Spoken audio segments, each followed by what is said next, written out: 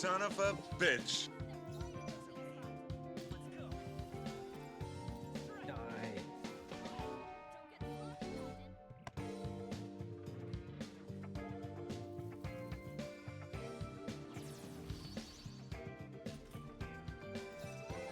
He can't keep getting away with it, chat. He can't keep getting away with it. Kill him. Thank you. This man has survived with like 2 HP twice because of last minute innovation. Play again. But it's already Bruh, nighttime. don't bruh me. Look, it's gonna be a developing It's gonna be a developing, wholesome relationship. I go to sleep with their mother, but then I grow fond of them. I see them as my own child. And then next thing you know, when they get in trouble, I'm gonna beat the problem to death with my fist. And then they're gonna call me dad, and we're gonna live happily ever after, all 3 of us. Oh, Some people prefer to put on nuts or Chat, I'm starting a little early because I can't let that perfect segue go. So we're starting now. Happy Mother's Day, everybody. Give Mom a kiss for me. She deserves it. She's a sweetheart. Anyways, how's it going? We playing the more love at first sight. And we don't have any fucking naysayers here. Oh, my Eldritch eyes. They work real powerful in this one. Not because she also has eyes. You guys should explain some of the Hawk lore. Got Eldritch eyes. I see more than the average man. And when I see when I look at Sachi, it's not a abomination against God. A cyclops of freak of nature. What I see is a beautiful, precious angel that needs to be loved and cherished, because she deserves it. Enough about that. How's it going, everybody?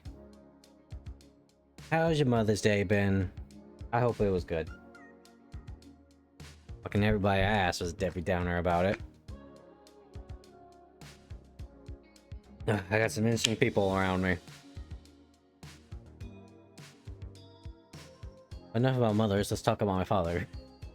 He's a stream topic of legend on this stream. I played some Baldur's Gate with my dad today. I don't know when they added couch co-op, but they added couch co-op. Maybe we were stupid when we first tried it all those months ago. He's making me proud. He's a male human two-handed fighter. God bless my father. And me, I figured I probably would have to fill the finesse role again. So, and I didn't want to play rogue again, because if I'm not going to do it with the boys in the coming month, then it will probably be on my personal playthrough, because I really liked dual wielding.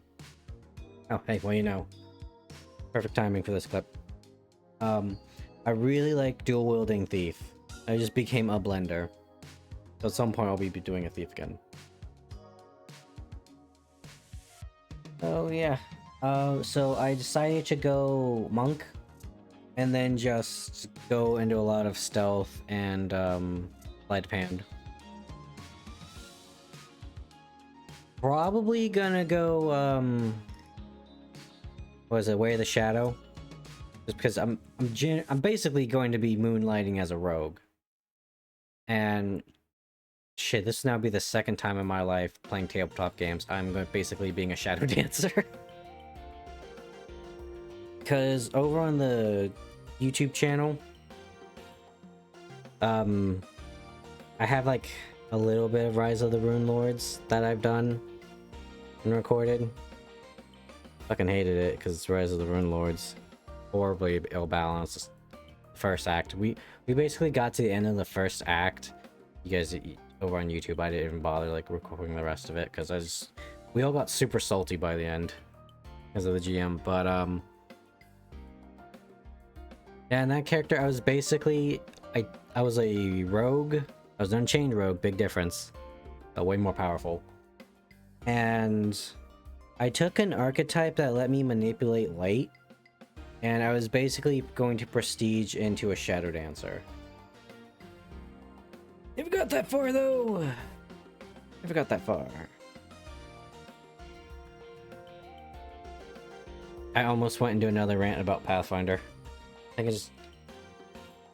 think boy, I tell you, if I wasn't playing with friends and having a good time with them, I probably would absolutely despise everything about Pathfinder. I've just had so many bad experiences. But it's about playing with your friends. That's the important thing. I really need to get to like actually sitting down and like trying to write a Fabio Ultima campaign, because I suck that game's dick too much to not do something about it. I've got like good ideas, right? Of like, because it's turn-based, you don't really need a grid. I was kind of thinking of setting up like a system where the bottom half of the screen is like kind of like the JRPG stat screen. And then put everyone's tokens like in the center of each of their like slots. And then just have like pixelized versions of the monsters on top of the screen. Give it more that JRPG feel, you know? Yeah. Probably enough a yapping and bapping. You guys wanna get into the game? What's this for? Just got here? Oh, I was just talking about some ideas I had for like Fabula Ultima. Basically setting the overlay up, because I mean, in Pathfinder you kind of need a grid, but in Fabula Ultima it's just kind of turn-based. There's no movement, so play with that a little bit. So let me get that going. Make sure the thing I did.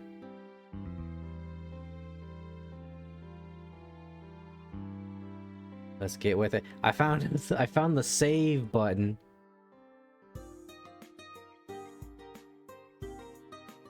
These beats. Of course, it's not like I'm just choosing to go out this way for no reason. I can go faster if I take streets without many people on them. Oh, fuck. I cut my finger open again, chat. So if I'm bad at this game, then... If I'm bad at this game, it's because I cut my finger.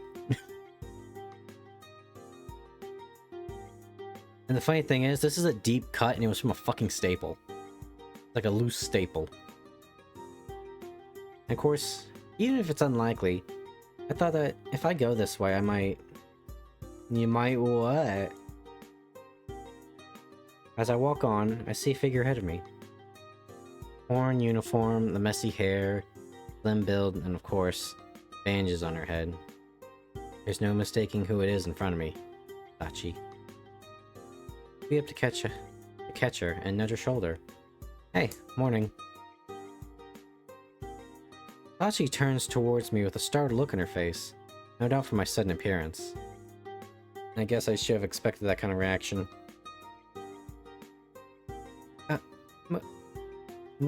Moru-senpai, why are you here? Sorry for sneaking up on you. My house is right near here. I mentioned that, didn't I? The route I normally take is just one street over. Oh, really? Yep. And I took this street hoping I'd see you. I didn't think I actually would, though. Do you mind if I walk to school with you? No. Doesn't really show an expression, but I think I hear a little excitement in her voice. Might just be my imagination, though. How was your weekend? Did you read some of the manga I lent you? Oh, yes. I've already finished parts of the 2 series you lent me. Both of them are really good. The tone is uncharacteristic. I read visual novels a lot, I can't tell. The tone is uncharacteristically lively. She's wearing a cheerful expression I've never seen up till now. But her good mood kind of rubs off on me too. I'm glad then. I thought I should return the books I've already finished. Oh, sorry about that, I don't know where that came from. I've been practicing your voice so I can say it in the mirror and feel loved. I thought I should return the books I'm already finished with, so I brought them with me today. You could take your time, didn't I? Oh, don't bra me and act like she isn't touch-starved. You know she knows she's listening to that boyfriend ASMR. Are you sure? Of course.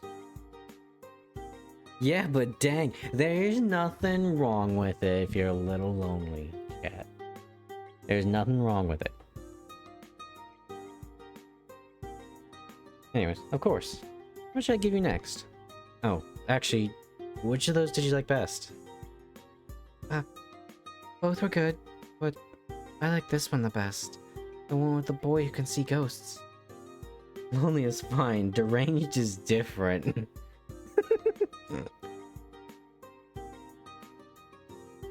This is where Hawk starts revealing the extra part of his lore, where he's actually a yandere. As we continue walking and talking about the manga's contents, the school comes in view. Hachi has been fairly talkative on the way here, holding an actual conversation with me. Carrying all the manga for her was definitely worth it if it makes her that happy. Already here, huh? I usually walk to school alone, but this is more fun. Yeah. While we were walking, she was still keeping her eye out for people, but I noticed that she was mostly focusing on me. As we enter the school where there were more prying eyes, however, she starts keeping her head down and walking the side of the path to try to stay out of sight. Is there really some way I can help her feel more comfortable? Hold her hand. If I have the time, I think I'll take the same street again today. If we're lucky, maybe we can go home together again. As long as you don't mind, that is. I don't mind or anything. I like being able to talk with you, senpai. Really? I'm glad to hear it. Oh, I need to change my shoes. One sec. Right, me too. Are you staring at my feet? Are you eyeing my grippers? Looking ahead, Sachi suddenly slows her pace and hides behind me as much as she can, like she's trying to disappear. I shift my gaze in the direction she was looking and see a lone girl passing in front of the first-year shoe rack. Her hair is dyed blonde and she's wearing a short skirt. I'm inspecting to determine what the definitions of a short skirt is. Even though we're a ways away from her, I can see the sour look on her face. Wait, that's not the Sadakawa girl? I ask this quietly as I look over my shoulder while still trying to keep Sachi hidden. You know her? No, I've only heard rumors about her. As I'm working out how to talk about this with Sachi, the bell rings. This spell has the worst timing imaginable. This spell is the biggest cock block. Girl who I'm pretty sure Sadakawa hears it and heads to her class. Good thing we were in a hurry. Just barely missed her as is. Looks like she's already gone. Sachi, you need to get going too, don't you? Sachi probably doesn't want to continue this line of conversation. I make sure Sadakawa is definitely gone and, with a sigh of relief, nod to Sachi. Oh yeah, right. I'll be joining you for lunch again. See you later. Okay, see ya. Now remember, kids, it's Mother's Day, so I'm gonna bestow upon you some knowledge that Mama Hawk taught me, okay? We always talk about Papa Hawk, but we never talk about Mama Hawk. One important lesson she taught me is to never hit a lady, but you sure as shit can smack a bitch. Okay, she never actually said that. I actually got that from, don't worry about it. But the case stands.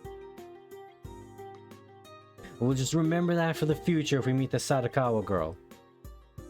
That's the infamous Sadakawa Rui, huh? Because I've never actually talked to her. I can't say for sure, but I can tell just from looking at her that she's an aggressive personality. In front of Sachi is good and all, but I should probably find out what I can about Sadakawa as well. I'm just gonna fucking hitman poison her. Turns out she's like allergic to cannoli or something, and I spike it. And I was like, I put rat poison in her cannoli. Oh, that was in a Death Wish that happened. Like, dude was like allergic to some like peanut thing, and he just like spiked this dude's cannoli. Drank his coffee as the dude suffocated. Morning class is over, and it's lunchtime. Dude, you have the weirdest disassociations. However, it's only Tomo and me in the empty classroom today. I planned on asking Tomo about Sadakawa, based on how scared Sachi was just from seeing her. There's no doubt in my mind that Sadakawa was the one bullying her. Wait, where's Akemi? You had some business in the faculty room. You should be here soon. I see. Perfect. Before she gets here, there's something I want to ask you. What's up? Well, first, we only have until Akemi comes back. I probably won't be able to go into detail about much. I want to know about that girl you mentioned before, the first year girl, Sadakawa. As soon as we started talking about her, Akemi got really upset, got really quiet. So I figured it'd be better to ask when she's not around. You said you've met her in the past? That's why we want to know, huh? Well, not like it's a secret, I suppose. We met her 2 years ago. Akemi and I were in our last year at middle school. Sadakawa transferred into our school.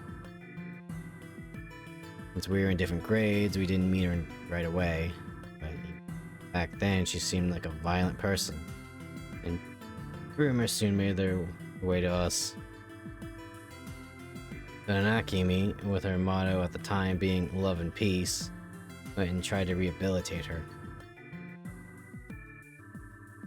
That's not gonna go well. Somehow I'm not surprised though. I didn't say she succeeded. Sadakawa made fun of her mercilessly. But even still, Akemi refused to give up. I was so damn stubborn. Finally ended when the two got into a nasty fight. No one tried to stop them. Well, they were afraid to. Akemi grabbed a pencil. You ever see John Wick? Well, I rushed to intervene, but like Akemi just stood there and took Sadakawa's blows. Looked like Akemi lost her cool. She fought Sadakawa with everything she had. That was not something I was expecting from her. What happened to her? Fucking pencil. It's not just a simple squabble. Akemi's always had good reflexes. Sadakawa seemed to have a lot of experience in fights. Kicked and punched, and naturally, when they started using their knees and elbows, I had to stop them. Never would have guessed Akemi would be able to fight. Even if I didn't know she could, and I've known her for a long time. No, even I didn't know. I saw a side of her I've never knew existed that day.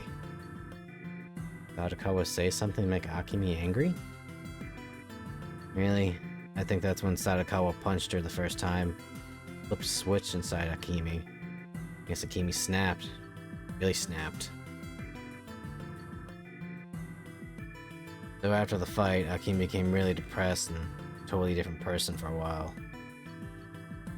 Because she didn't win? If I had to guess, I'd say it wasn't because she lost.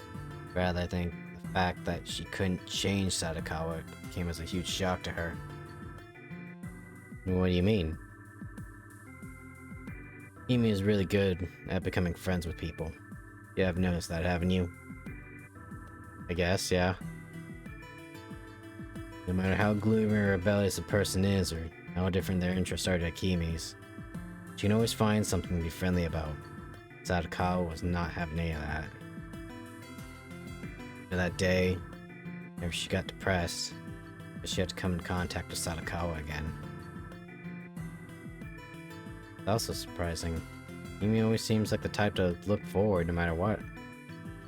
The one defeat. Well, the older Kimi was a real wimp at least. And she could try to make up with Sadakawa at some point. I think that might cheer her up, but those two are like oil and water. Can't force her to do that. No one can. I suppose it's best not to talk about Sadakawa in front of her then. Unless she brings it up herself, then yeah. I think that's wise. At least until she has a change of heart. I think Akemi will find her own way to deal with it. You think so? Yeah. Seems like you might want to ask around about Sadakawa and Sachi's situation, or relationship. Same thing. If you want, I could try asking around, see what people say. Recent information about Sadakawa might be more use than the information about her past. Really? Yeah, that would be useful information to have. I appreciate your help. I guess both of us are helping Sachi out in our own ways, even if Tomo's not directly involved. I know I can rely on him for this, especially since he has a lot more connections than I do. Akemi and I will gather any information we hear. Sadakawa doesn't seem to be as violent as she was before, but that doesn't seem like Sachi-chan is asking for help either. Plus, I think Sadakawa is the only one bullying Sachi-chan. One victim and one tormentor. That wouldn't stand out too much. Most of the students outside their class probably don't know anything about it. Whatever the other students and teachers think, I doubt they know the whole story. Even if they suspect what's going on, they'll most likely turn a blind eye to it, since no one wants to get involved with that. So in other words, as it stands, no one's going to lift a finger to help Sachi. Precisely. Well then, no one else is involved. Resolving this shouldn't be too hard. However, the other students think of Sachi, I'm pretty sure they'll turn a blind eye to you helping her as they have to Sadakawa abusing her. Sadakawa's the only one bullying her. I think I should be able to get her to stop. Reassuring that she doesn't have any friends in on it with her, of course. Probably could, but I doubt it'll go smoothly either way. Sachi has me and I have you guys. We'll definitely work something out. If not, well, you ever seen Yandere Simulator? I hope so. The, resolving, not the Yandere part. Sorry I'm late, guys! Akemi calls out as she barges into the room, her loud voice disturbing the calm in the classroom. I'm starving. Wait, you two haven't eaten yet? Could it be that you were waiting for me? Oh, right. I forgot about my lunch. Bye. So you weren't waiting for me then? What should I do? If I take my time eating now, I won't have time to go see Sachi. Why don't you eat over there? You're becoming good enough friends with her, haven't you? But Akemi just got here. Look, the code is bros before hoes. It doesn't say anything about your female friends. Anyways, I was late today, so don't you worry about it. Just hurry up and introduce me to Sachan already. Fine, I get it, but thanks for everything, guys. Everything? Akemi, who hasn't been part of the conversation until now, tilts her head in confusion. Yeah, everything. Anyways, I'm going.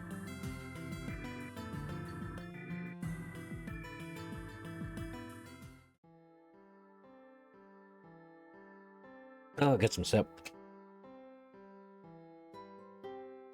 Hey. Oh, Mamoru-senpai, hello. Since I didn't eat part of my lunch, I was able to meet Sachi a little earlier than last time. As I arrive, I see something unexpected. At first, she's surprised to see me, but her surprise soon becomes joy as a smile begins to bloom on her face. Guys, we made her smile! Until now, she's always had a downcast look about her. That smile means she likes hanging out with me? Mamoru, please. I didn't manage to eat lunch before I came. Do you mind if I eat here? I don't mind, it's fine. Once again, I sit down in the same place on the steps. Huh? Sachi, where's your lunch? I already put away my lunchbox. For some reason, she looks away from me. She replies. Lunch break only started a little while ago, though it wouldn't be strange if she was still eating when I got here, but I don't see her lunchbox anywhere. She is, however, holding one of the manga I let her borrow and seems to have been rereading it. I start to feel a little uneasy. Even if she finished eating, she still would have her lunchbox around at least. Where's your lunchbox? Oh,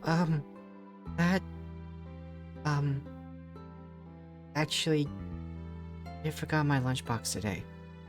Hey, me too. I'm not joking. Now I'm starting to understand. I'm almost starting to understand that she's a terrible liar. Was that Sadakawa girl? Am I going to break someone's kneecap? You only break the one, so we can always come back later and get the other. Why? Bingo. What happened? Well... I wait for an answer, but none comes. Seems she doesn't want to talk about it. You don't have to tell me if you don't want to, but... You haven't had anything for lunch, right? Mamoru, please. You gotta do the Chad move again. You're fluctuating, my guy. You're like the waves. You drop the ball, but then you pick it back up. This studies Sachi's troubled face. I realize she thinks I'm blaming her. I'll make this harder to deal with. I can tell from Sachi's reaction to Sadakawa's name, that whatever happened is definitely that girl's fault. Of course, even if she tells me what happened, I'm not gonna do anything about it right now. I should worry about what's going on in front of me. Oh, sorry. No. But I'm fine, really. I wasn't that hungry anyway, and I usually don't eat that much in the first place. Not really the issue, though. Can't you buy something at the cafeteria? I can lend you some money if you need it. No. It's fine. I'm okay, really. For once, Sachi actually has some force in her voice. As she's refusing to let me buy her lunch, I won't let me give her part of my own either, but... Alright. Wait, I've got my lunch. Do you want some of that? I'll hand feed you, Sachi. No, you really don't have to. I said it's fine. I don't eat too much either. Besides, sitting here next to you and eating while you watch is really rude. Even if you don't want any food yourself. I move next to Sachi and open my lunchbox. For a moment, I worry that she'll try to avoid me like she did the first time I sat next to her, but she doesn't do anything like that. She just looks a little uneasy. Are you sure? She still seems reluctant, but as she turns to face me, her stomach lets out a pitiful growl. Oh my gosh, she's so cute when she blushes. I know she's trying to be polite, but you really can't hide how hungry she is anymore. Just ignore that. Hangs her head, ashamed of her rumbling stomach, but she's still not ready to give in. He's doing it! Yes! Mamoru! You're picking it back up! I'm just waiting for the Kabedon chat. It's gonna happen. It's gonna happen. I know she's not gonna rely on her own, so I pick a small piece of fried egg out of my lunchbox, my chopsticks, and hold it up to her mouth. Come on, you're hungry, right? You hungry, right? Wait, Say, ah. She looks back and forward between my face and the chopstick. Several seconds pass. Sure enough, she soon surrenders and opens her mouth. There. I stuffed the piece of egg in her mouth. She starts chewing, her eyes shut tight. Yum, yum, yum, yum, yum. You like it? I fucking hate eggs. Yeah. Great. Next, open up. Eat your vegetables. I present the next bite as I gather between my chopsticks to her. That's enough. I don't want to have less food because of you. I don't want you to have less food because of me. Really no big deal. Well, yum, yum, yum, yum, yum. As I watch Sachi meekly peck at the ends of my chopstick, I start to feel like a mother bird feeding its chick or something. I can't help but think it's a little cute. That's enough, really. Then what? Eat! I almost feel like someone else is controlling my hand. Not that I'm about to stop them. Oh, Mamoru. You could at least let me eat by my... No. You're too cute. I'm sure this is embarrassing for her, as I keep making her eat. I notice that her cheeks get redder and redder. She's so damn cute. I've already eaten about half your lunch. The rest is yours. As on this day, Mamoru became a feeder. Something unlocked in him. It wasn't the monster girl aesthetic. It wasn't the what's the dairy that's like super shy? Shit. Fuck, which one is it? Kudere. Is it? It's not Dandere, is it? Hold on, I'm looking this up. I should know this.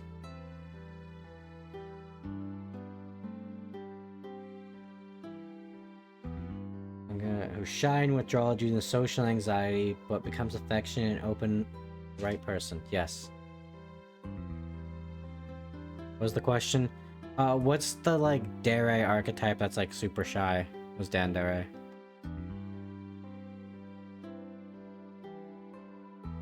He finally says, staring down at my hand.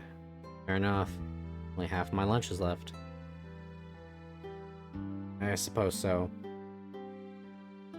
You sure you don't want any more? Just eat your lunch. Sachi turns her flustered face away from me. Maybe I overdid it. Sorry, I got a little carried away. No, it's alright. I was happy that you fed me some of your lunch.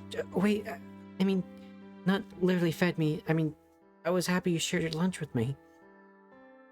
Okay, I understand. Wasn't trying to be mean or anything. I know. Anyway, thank you very much. Of course, no problem. I suppose I'll clean up the rest. I was about to start on what's left of my lunch. Sashi stares at the chopsticks. Oh. Girl, I'm coming from country folk stock. I don't give a damn. I'll use these chopsticks.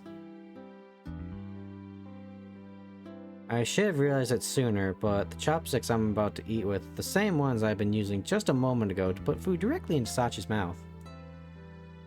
Oh, sorry, I forgot. That would be kind of gross, huh? Okay, so we've upgraded from pen to chopstick. No, I don't really mind.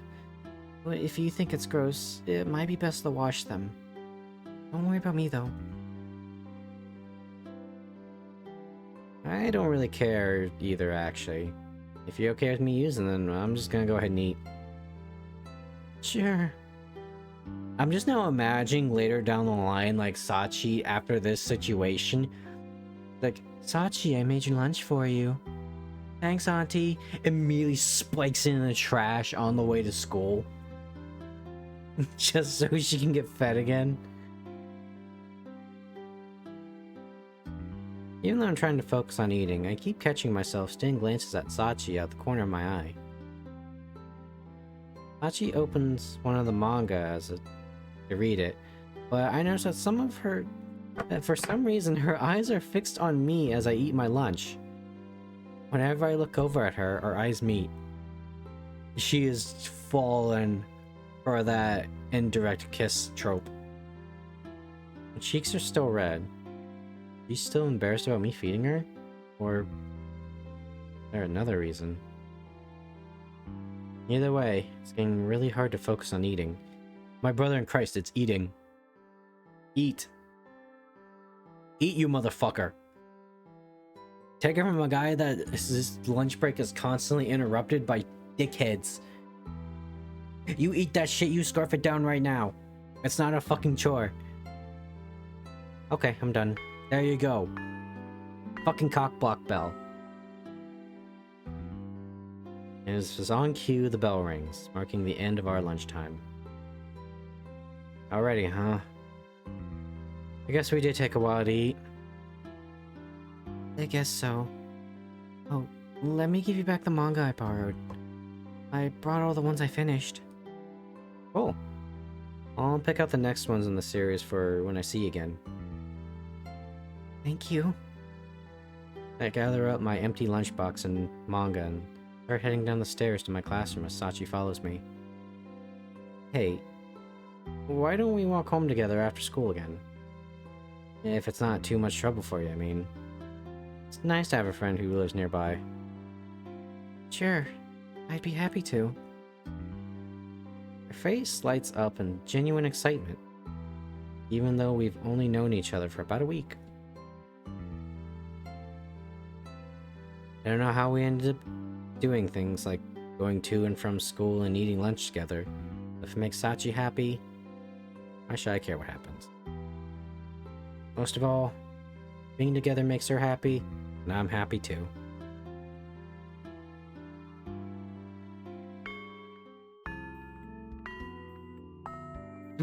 The school setting is wild because we knew nothing about school. School's almost over. As I return to my classroom after lunch, I realized something. I'm happy that we promised to go home together, but we never chose a place to meet before we parted ways. I just imagined the same place from I guess Friday, because they talked about how they don't go to school on the weekend. If I wait by the gates like last time, she'll probably come by, but Sadakawa might also be around. Maybe I should take a peek into their classroom instead. And as I'm trying to decide, the bell rings, finally signaling the end of today's classes. Take my bag and hurry towards Sachi's classroom. You know what's gonna happen if you go over there is probably gonna be like, is that your fucking boyfriend? And then you're gonna get my chest. I rush down the stairs, but as I reach the first floor, I can see the first years are already filing out into the hall, and I quicken my pace towards Sachi's classroom. The moment I step in front of one of the classroom doors, someone flies into me.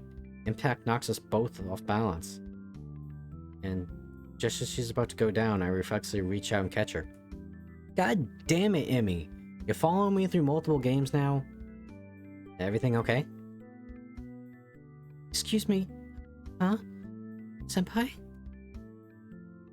The student who just flew into my arms and who I am now holding onto tightly is none other than Sachi. We stare at each other in astonishment. And I see another student behind Sachi, who's also looking on in astonishment. Sadakawa Rui. He pushed Sachi out the door? Now I know she's the reason Sachi had no lunch today, that fucking bitch. Sadakawa's surprised expression soon turns angry. Nice teeth. She glares at me menacingly as she starts to speak.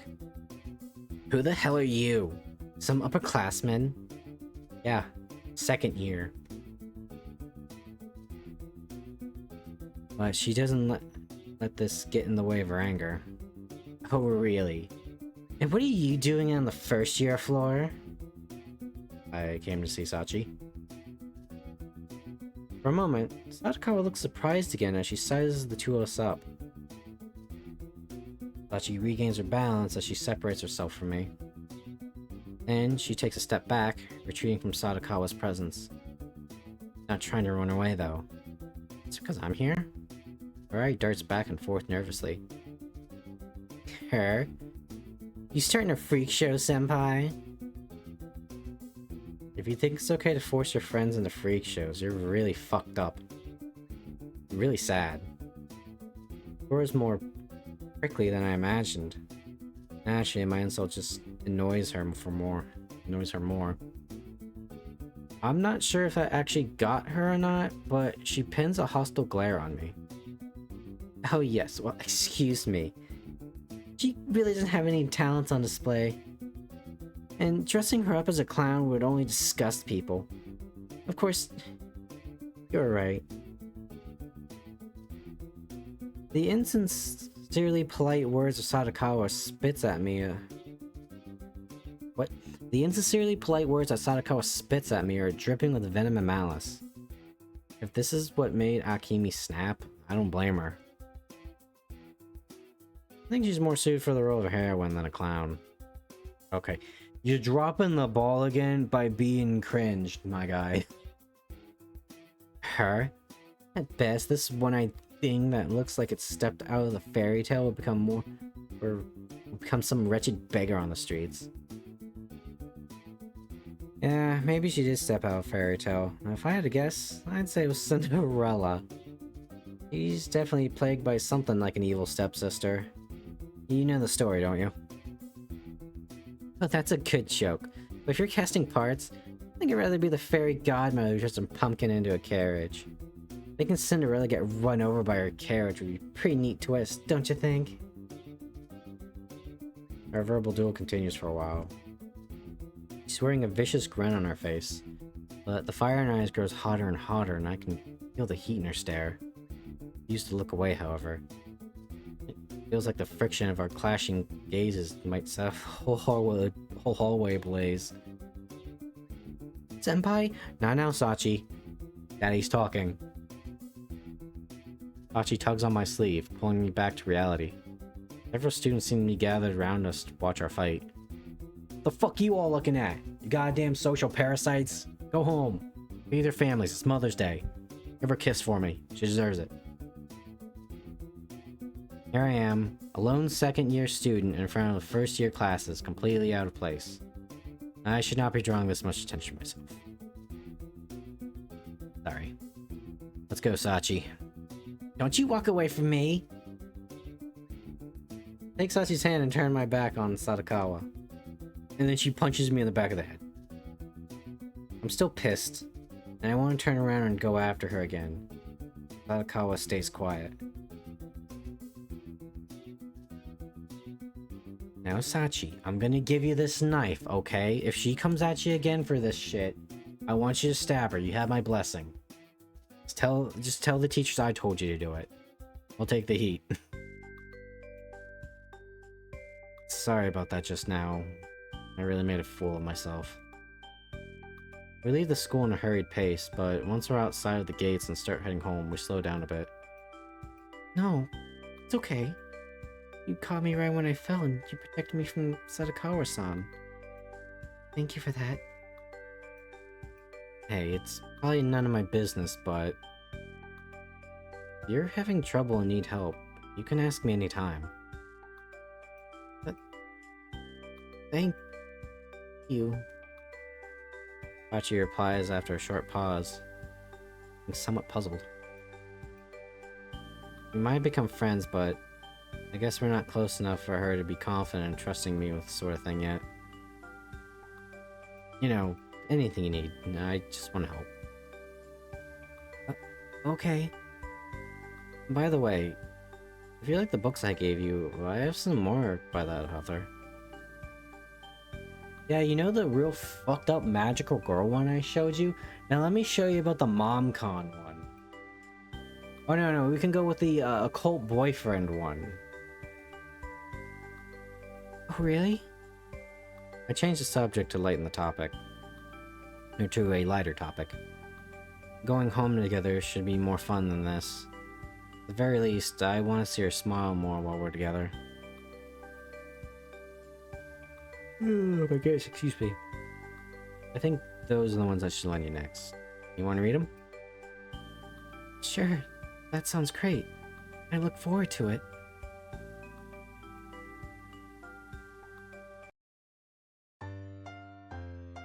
Oh my god, they animated it! Yes! Eat it! Oh my god, she's so cute! Oh god, I'm gonna fucking pass out. I need a goddamn heart monitor for this game. About 2 weeks have passed. I met Sachi for lunch on the stairway that leads up to the roof every day, and she's gone through countless manga and novels. Meanwhile, fucking Tomo and Akemi, like, he's not coming back, is he? No, probably not. He's off getting laid or some shit. We've also gone to and from school together when we could. Sachi hasn't asked for help since the day I offered it to her. But even still, every now and then, I go around to her classroom to meet her. Of course, I try not to draw attention to myself anymore and just go to retrieve Sachi as quickly as I can. Even though Sachi's free from Sadakawa, I think she's still worried about being bullied. There's no especially noticeable change, but Sachi's smile doesn't seem faked like it did before. Little by little, smiling is becoming more natural for her. What are you smiling about? Today, as always, I arrive at home after walking Sachi to her house and I run into my mom, who seems to have come out of the check the mail.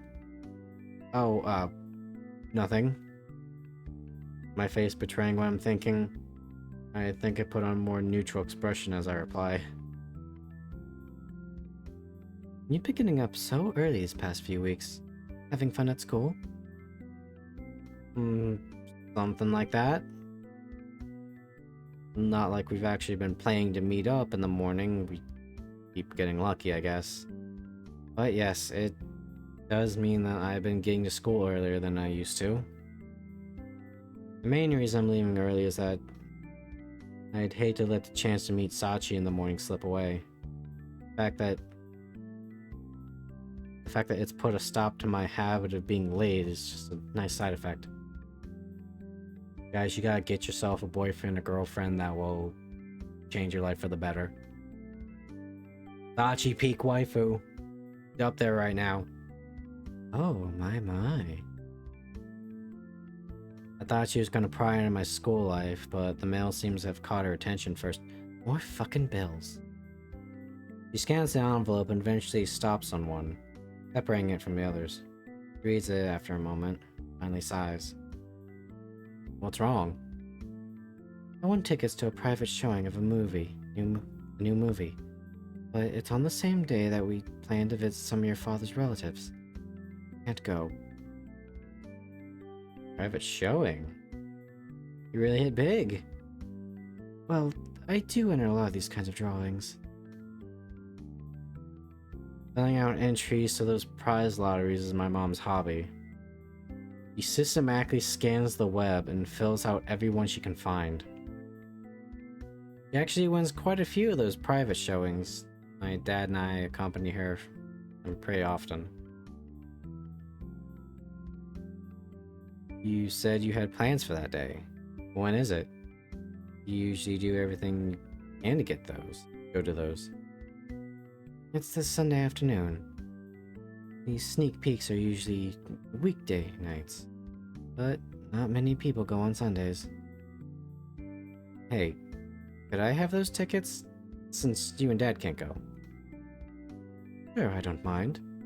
I don't know if the movie's good or not, but I still don't want to waste any tickets. My brother in Christ, if it's a horror movie, you're fucking locked in. Chat, we talked about this. What happens when you're scared? Your heart rate goes up, you get a little sweaty. Same thing what happens when you think you're in love. Is it kind of dastardly? Yes. But still. The science doesn't lie, chat. Great, thanks. Also, what the fuck do you mean no one goes on a Sunday? It's fucking Sunday. And that's how I got them yesterday. Lunchtime, as I eat with Tomo and Akimi, I showed them the tickets for the private showing that I got from my mom. Wow, I've never heard of that movie, but it looks fun. Akimi is practically squealing with delight as she looks over the tickets. Oh. So now the answer to the question is which of us which of us to invite is neither, I'm guessing. Good guess, Tomo. Good guess. Huh? No way. You didn't say that. Bad guess, Akimi. What the heck? I totally thought I knew you were gonna go. You were... what? I totally thought I knew where you were going with this. But you're not asking us, meanie? I want to see the movie too. You can go see it when it comes out in theaters. Sorry, I've only got 2 tickets. And if I invite one of you, that means I have to leave the other of you behind. So you're going to invite you-know-who instead. I know who? Oh, Sachan! Yeah, so what do you think? We think. They're your tickets. Besides, you're the one who knows your relationship with her best. Well, whatever. Here. Go ahead and invite her. I never hung out with a girl outside of school. I'm a little nervous. You're dropping the ball again, my guy. Where's your confidence at? Your confidence is a fucking roulette wheel. Oh, I need some sip. You're actively making me drink. You're making me drink, MC-kun. It's water, but you're making me drink. Hello? What about the trip we took together last holiday? You're a poor replacement for... Jesus! I'm sorry, Akimi. You know, I just see you like a sister. What's that supposed to mean? No, what I mean is that whenever we meet, Tomo's almost always there as well. Oh, yeah, I guess that's true. I don't mean to sound like a broken record, but you're the one she knows best. Can't really give you much advice, but... Oh my gosh. If you coerce her into going, she's never going to be comfortable around you again. Plain to accompany her there, that should be enough to convince her, right? Yeah, you're probably right. I guess I should actually find out where we're going first, huh? You don't know where you're going. Man, I guess it does make most sense for you to take Sachi instead of us. I still feel like I'm missing out though. Well, if Sachi ends up rejecting me, I'll hand the tickets off to you two, since at that point, I wouldn't know what to do with them anyway. Huh? You sure? But you could go alone if you wanted, couldn't you? Yeah, I'm gonna be that guy that goes to the movie theaters by himself. Maybe, but do I want to go alone? Besides, those tickets are in my mom's name. If one of the people trying to use them isn't female, they might not accept them at all. What? Anyway, that's all mood if Sachi agrees to come. I mean, realistically, couldn't you just go like, hey, that's my mom. Oh, you've got the same last name. Fair enough. I can't make the decision for you now that I have a stake in it. Do I want to see the movie, or do I want the day when I finally meet Sachan to come sooner? I guess either would be good. What about you, Tomo? I don't give a shit. If you do hand the tickets off to us, that means I have to spend the day with Akemi, which is a pretty tiring prospect. And again, I can't exactly refuse your generosity. I'm free that day, and going to a movie might be worthwhile diversion. Wow. Didn't realize you were that excited to go on a date with me, Tom. Oh. Oh, I didn't realize you were that excited to go on a date with me, Tomo. Shut the fuck up. Look, I'll do it, but do you know how much energy it takes the average human to keep up with you? The two keep talking, but I think they've already forgotten what has to happen before they get the tickets. Thanks for your input, guys. Anyway, I'm done with my lunch. I can go hurry up and find Sachi. Are you eating it all by yourself? Why are you eating your lunch here? When you eat with her, I can't control myself. She misses her lunch, it's over for me. I stand up and head for the stairs.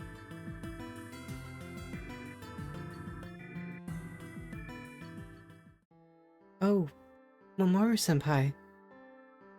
Sup? Sachi is, yet again, sitting at the same place in the same way when I first met her. I've been coming by day after day. Each time I leave, seems like she's a little brighter. Comforting. Hey, are you doing anything this Sunday? I get right to the point, sitting down in my usual spot. Sunday?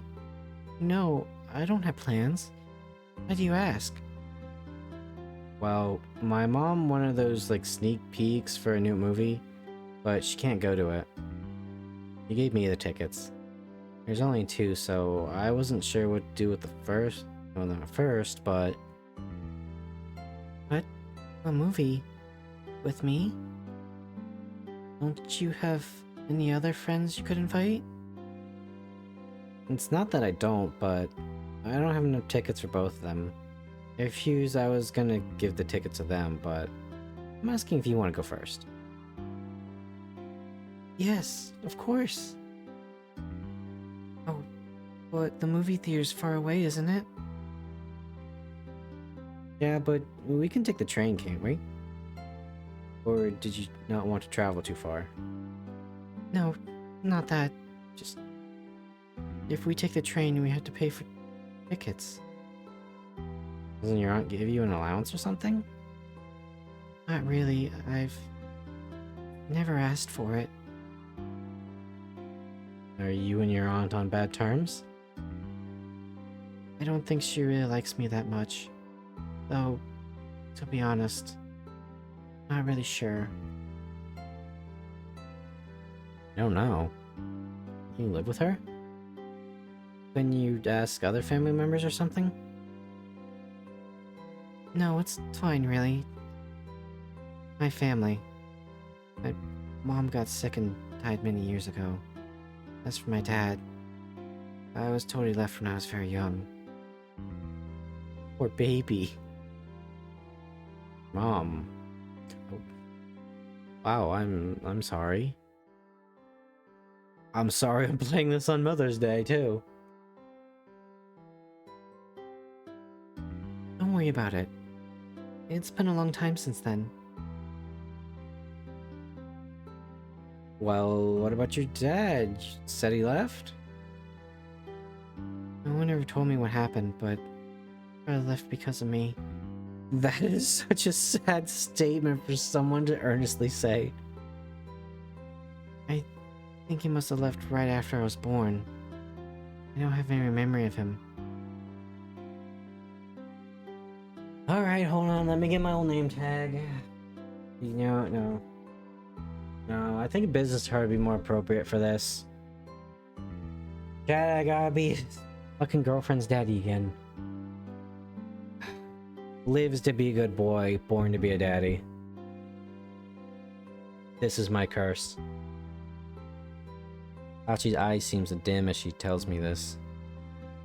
I suppose she really wouldn't remember if she that young when he left. But I could see a little glimmer of sadness in her eye when she admitted it.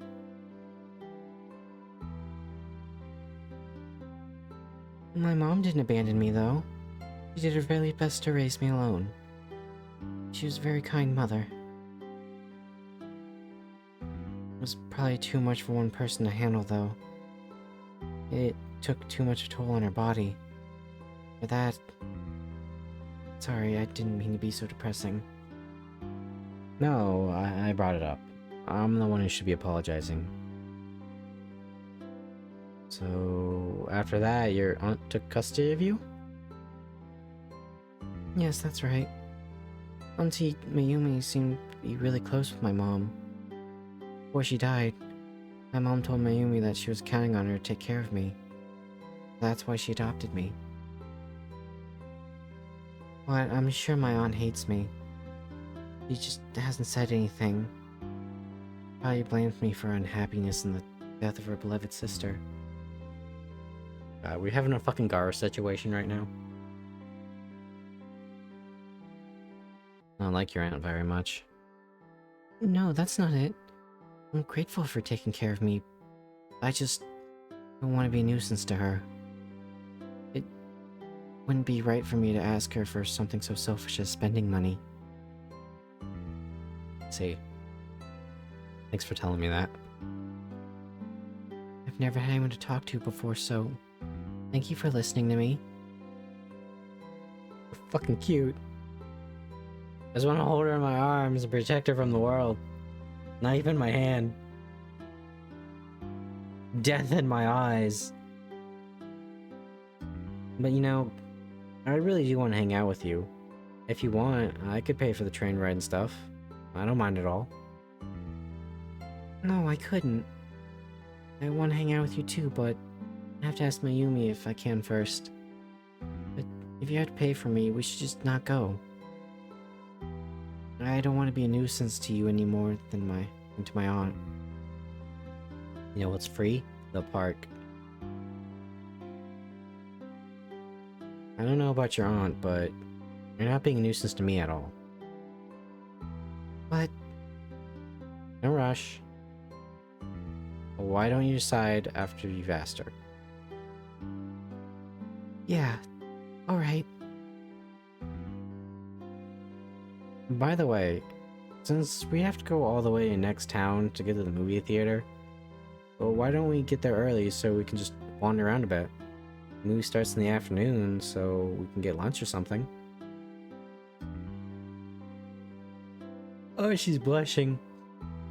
Oh, okay, I suddenly feel very nervous. Come on, this isn't some huge event. We're just going to have a little fun. My brother in Christ, you're rocking her world right now. I'll try. There you go. Oh, that reminds me. Do you have a cell phone? We should exchange numbers before we forget. It'll be useful in case you want to get in touch later. But yes, I carry one in case of emergencies. The cell phone Sachi takes out is ancient, but she fumbles with it awkwardly. It's really plain too.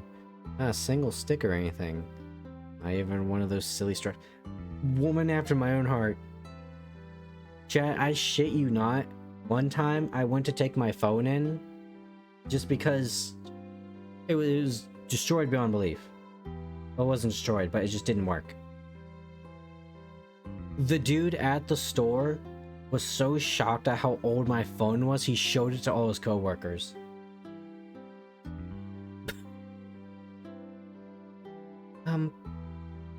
How do I do this? I think you have to press this. She must not use it much. In fact, it looks like she barely knows how to use it at all. I guess that worked. Thank you. Come to think of it, what's the movie about? Oh, right. I should have told you that before. It's some movie from Germany. It doesn't look like it's some huge adventure. Like a drama, I guess? Though the story is pretty light. So maybe it's more comedy? Well, what is it, my brother? Because to me, you've technically described The Descent. I think it's a funny movie. Then again, I also think Final Destination is a comedy series. Take the flyer that came with the photos out of my pocket to show Sachi. Oh, that looks interesting. I've never seen it, so I can't tell you if it's interesting or not. Brother in Christ, this is a sneak peek. Wish you haven't seen it. Even going to a movie theater is exciting. I've only ever seen movies on TV. Well, private showing isn't something you can just go to anytime. Not a regular movie theater. After all. And after it's over, you have to fill out a simple questionnaire. That also sounds exciting. I'm glad you think so, then. Bell chimes as lunch period. You fucking cockblock every time! Sachi, do you just want to skip classes? Do you just want to just, like, beat it and just go hang out? Not like that, beat it. Oops. It looks like we need to get going. I'll ask my aunt about the movie when I get home. Alright, great. See you later.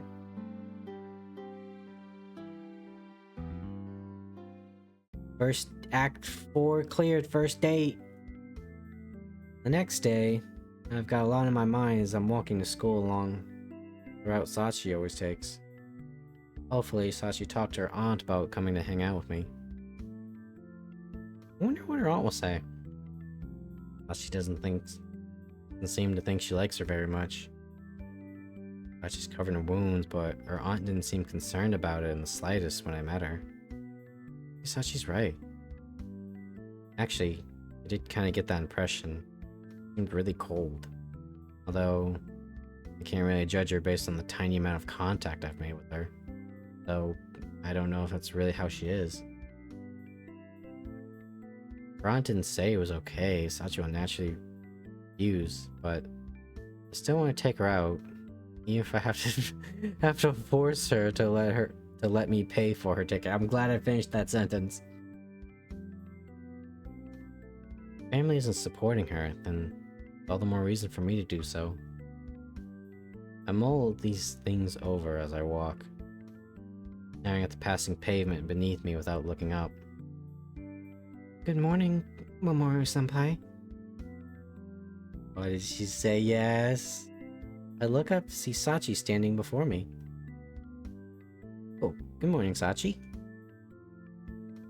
Something wrong? Nothing. I wasn't looking where I was going, so you surprised me. Sorry. I'm used to having to catch up with her. This is the first time I've heard her call out from behind me. I'm happy to see me. I was wondering if I'd see you while I was walking. My aunt said it was okay for me to spend the day with you, senpai. She even said she'd pay for the train and lunch. Excuse me? Really? That's fucking amazing. Yeah. I was prepared for the worst. This is a little unexpected.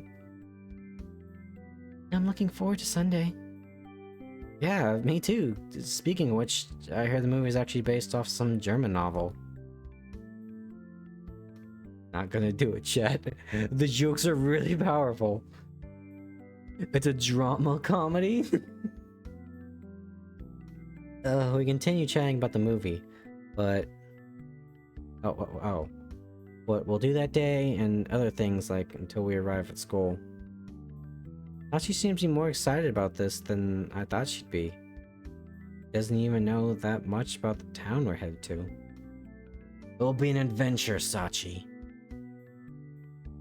Look, you know, all lays out there think that guys want the same thing, the blonde hair, the blue eyes. What they really want is Atlantis! An adventure! Sunday, a day I'm going out with Sachi. I really hope this schmuck doesn't think like, wait, was this a date? My brother in Christ, you took her to a nice place that she's never been before, ate lunch, and then saw a movie together. Pretty sure this is qualifying as a date at this point. We decided that I would meet her at her house since it was close to my own. We had some time to spare, so I arrived at Sachi's house a little earlier than we discussed. That's a bit rude.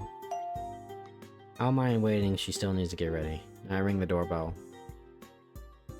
After a little while, I hear soft footsteps approaching shortly before the front door opens. However, standing before me is not Sachi, but her aunt Mayumi. Not like I wasn't kind of expecting this, but I'm surprised nonetheless. My body goes rigid. Some of me is going rigid too. God, stare at me like that harder. Good morning. I'm here to meet Sachi. Mommy, Sachi. I'm sorry. I'm here to meet Sachi. Good morning, Mamoru-kun. I've heard all about it. Like Mayumi is searching me for something with her icy gaze. Oh, the hoodie. It's so cute. Good morning, senpai. You were here early. Fair enough. Sachi appears behind Mayumi. Seems like she's ready to go. But she looks between Mayumi and me with a troubled expression. I think Sachi is more surprised than I am that Mayumi answered the door. But Mayumi pays Sachi no mind as she stares at me and begins to speak. The movie ends in the evening, right?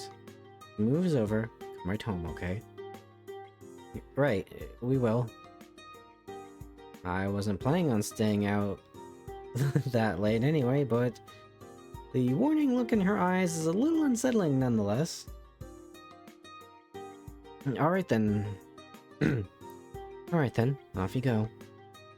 With that, Mayumi steps aside and lets Sachi out and onto the street. Yes, goodbye.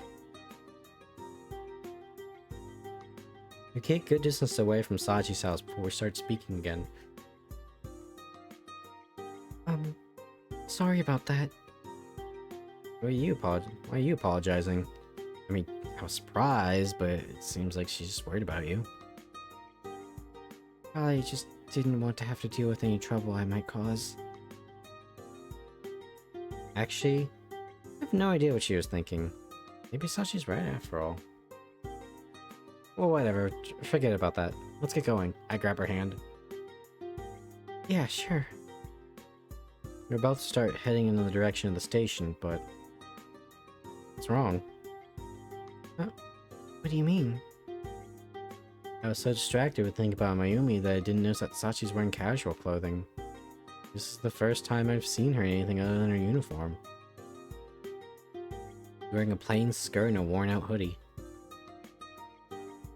I realized Sachi put her hood up and her head down as soon as we started walking. My brother in Christ, you need a little bit more tact right now. Do you really have to walk that way? Huh? This is how I always do it. You... like it? No, it's just really suspicious looking. I think it would be best if you took the hood off at least. It's suspicious looking? Yeah, when someone has their hood up and you can't see their face, don't you think that person looks kind of suspicious? Oh. I see. How she always does it? I don't know what it's like for her, but still. When she's with me, I don't want her to act weird like that. We're supposed to be walking together, but I can't even see her face. My brother in Christ. Okay. You have to understand the concept, MC-kun. Everyone has two eyes. There are no monster girls in this world. It is just her that has the mono eye. It's a big, beautiful eye, but not everyone's gonna see it like that. Look, I know you usually try not to let people see you, but you're with me today, you know? No matter what happens, I'm right here next to you. Okay, he's bringing it back. He's reeling it back in. Be proud, you beautiful creature. Okay. Yeah, you're right. She's still anxious, and she's still keeping her head down, but at least she seems to have given up on the hood for now. She gave up on the hood, guys. She made it out. Fucking Thug Sachi. He's ready. Right. Let's get going then, shall we? Okay.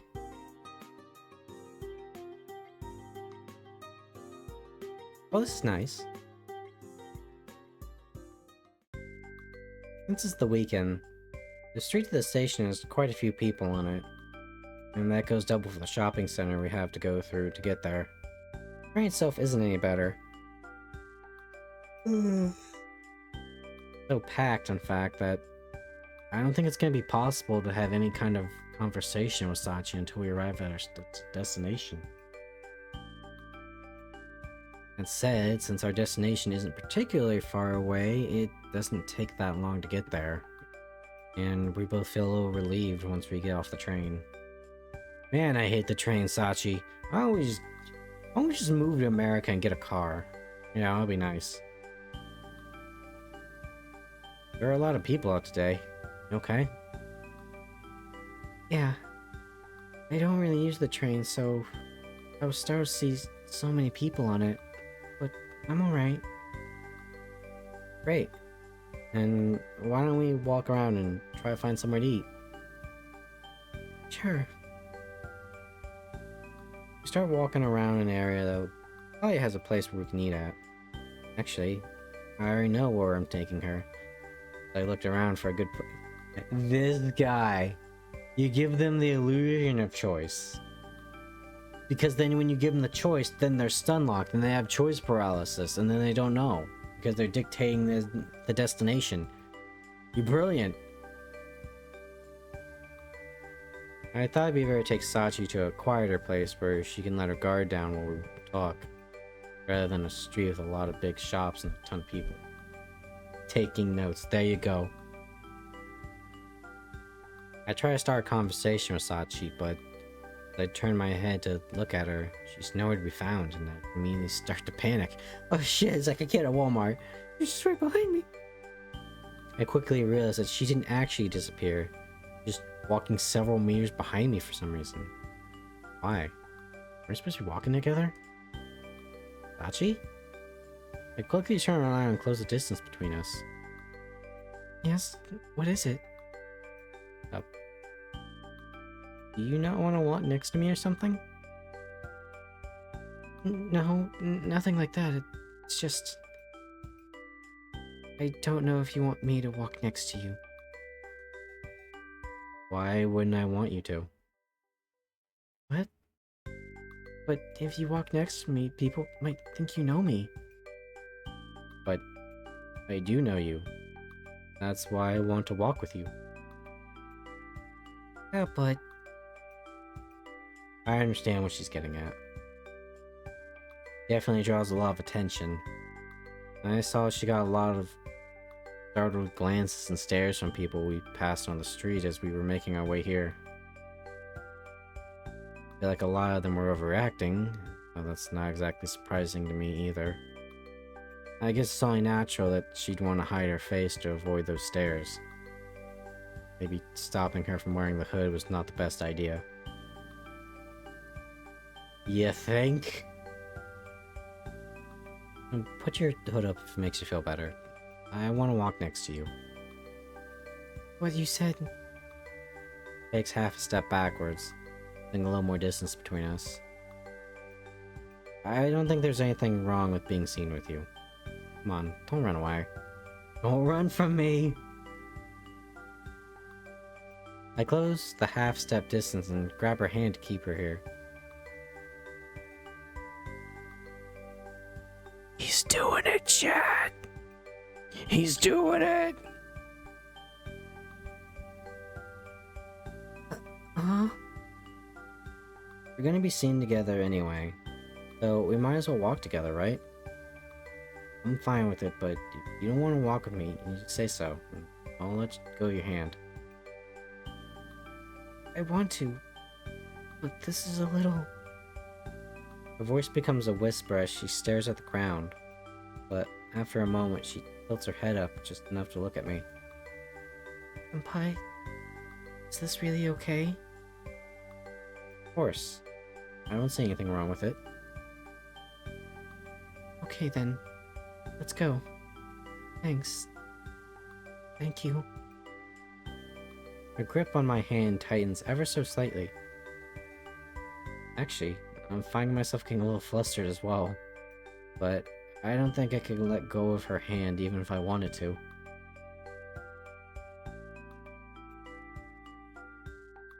So, what's the deal with airline food? With our hands clasped together, I start to worry that my grip on her hand is too tight or that I'm walking too quickly for her. As I become aware of everything I could be doing wrong, I quickly start to feel very embarrassed. I'm too focused on these details to actually make conversation with Sachi. I try to calm down, forcing myself not to think about anything or focusing on only the feeling of Sachi's hand on mine. Her slender hand is warm and faintly I can feel the warmth flood into my own hand. Just her grip and rough spots on her otherwise smooth skin gently scrape against my palm. I feel like they might be scabs or something. Wait, hand have a bandage on it before? Shallow grooves of her soft hand are strangely alluring. Unconsciously trace them with my finger. Sachi's own fingers twitch in response, though I'm not sure whether it's a reflex or not. Oh, we're going for the Kitiara appeal. You know, the dark-haired beauty with the crooked smile, and you trace the scars on her back because she's a warrior after, you know, doing the deed. Thinking I've offended her, I glance at Sachi, only to find that she's already staring at me with her one big eye. Sorry. It's fine. I, was just wondering, like, are there scars on your hands? I wanted to feel them to make sure. It's okay. You can touch them. You want? Blood rushes to her smiling face. I think mine probably turns just as red. That cafe, do you want to have lunch there? I saw when I was looking for a good place to eat before we came. I heard good things about it. I point at the first place I see that looks like it might serve food. So much for the place I'd planned to take us to. Wasn't the most elegant way of changing the subject, but I can't take the embarrassment. Oh, it looks nice. You want to get lunch now then? Well, I mean, a little early for lunch. Maybe we should wander around a little bit more and come back later. It's true. Okay. Let's come back later. And with that, Sachi's hold on my hand grows tighter. This time I squeeze back. If we didn't look like a couple when we left, certainly do now. Well, we're not, right? No, we are. We have cemented ourselves. We've traced our battle scars. After that, we explored the area a bit.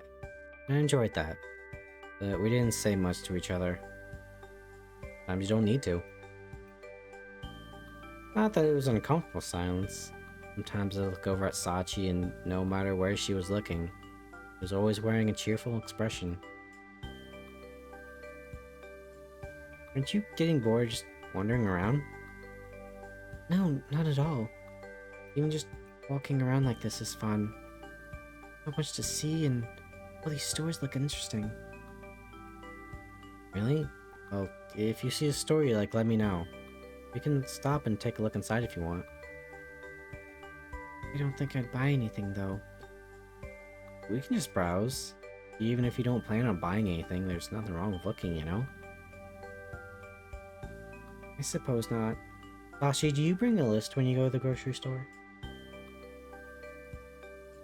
Because you can't keep getting better. You're shattering windows. I guess ceilings is more appropriate. Hey, this one looks interesting, don't you think? I stop in front of one of the stores we're passing. Peeking in through the open double doors, we see that the store has a trendy atmosphere with big decorations, selling accessories, clothing, and other classy-looking merchandise.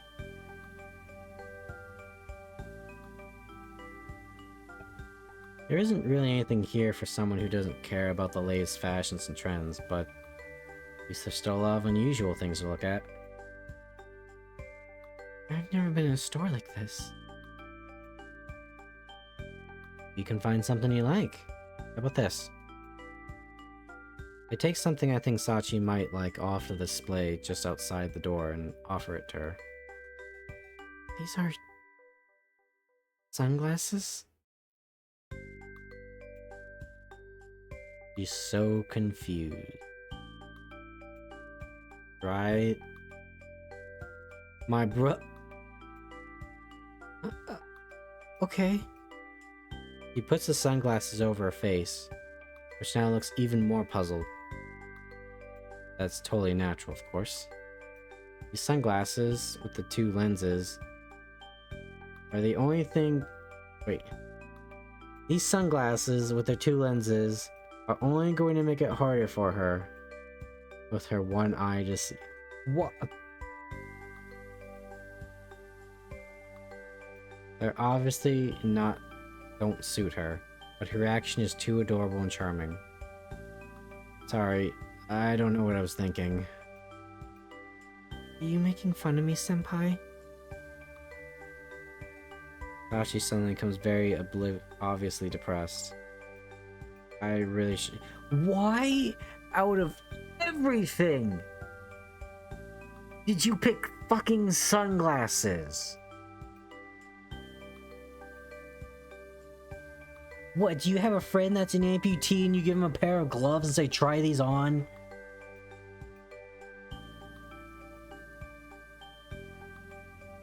Yeah. Oh my god. He dropped the ball again. No, I'm really sorry. I wouldn't do anything like that. I'm just joking. Just a little payback. Having turned the tables on me, she can't help but let her smile slip back onto her face.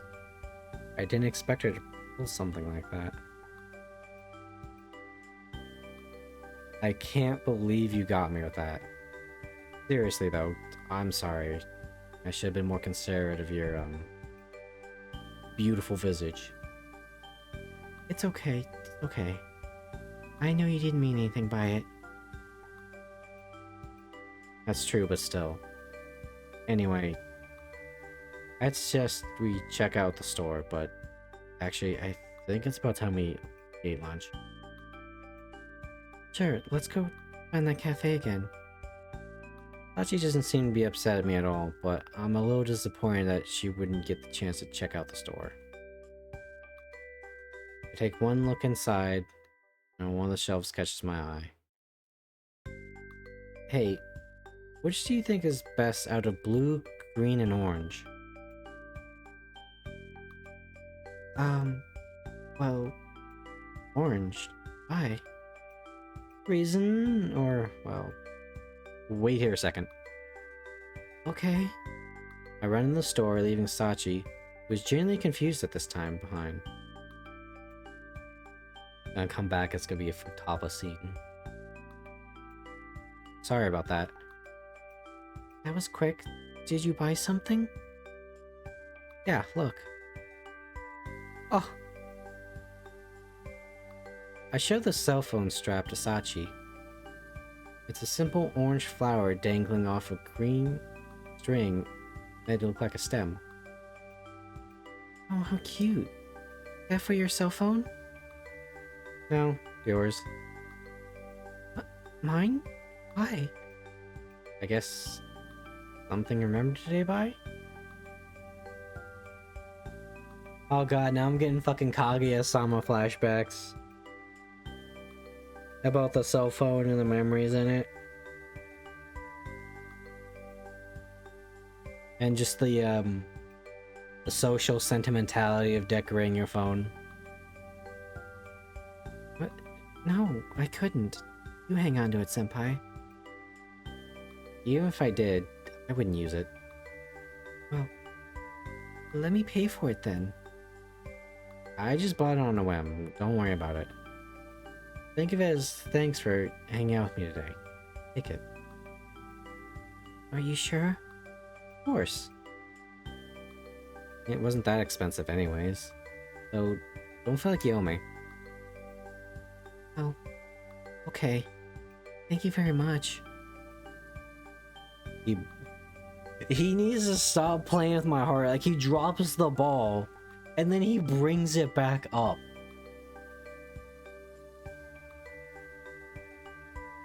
It's no problem. I know your phone doesn't have any kind of decorations on it.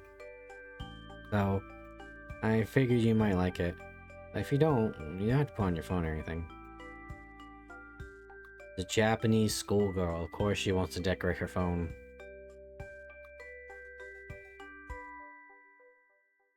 Now Sachi, because I know the Sadakawa situation. You ever see Mare? Okay, if she breaks that little keychain or destroys it, you come to me, okay? And then I'm gonna beat her with a fucking broom. Okay? That's like one of the 2 scenes I remember of Mare. There's a childhood best friend beating the shit out of a bully for breaking his toy. Main character's toy. And they were kids. And then the fucking dude that when he fell asleep, he just became a badass. No, it's really cute. I think it's lovely. I'll put it on right now. Takes out her phone and attaches it to her. Attaches her new strap. Looks good. I was afraid that the color might be too bright, but if it's the only one hanging there, it actually works out nicely. Yeah, I agree. Thank you so much, Moru-senpai. Looks so happy. Steadily grasping her phone and smiling at the strap. My pleasure. Anyway, we should start heading to the cafe. We have a little time to spare, but if the place is crowded, we'll never get in there before the movie starts unless we go now. Yes, right. Let's go. Senpai. For some reason, Sachi's voice seems to be quavering as she calls out to me. Huh? I think I can guess what she's about to say, but I don't know if she's thought it through. A few moments pass in silence, and then I wordlessly take her hand. Oh, you brought it back!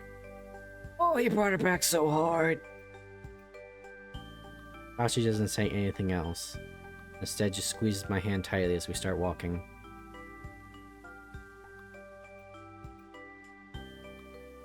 Long before we arrive at the cafe we found earlier.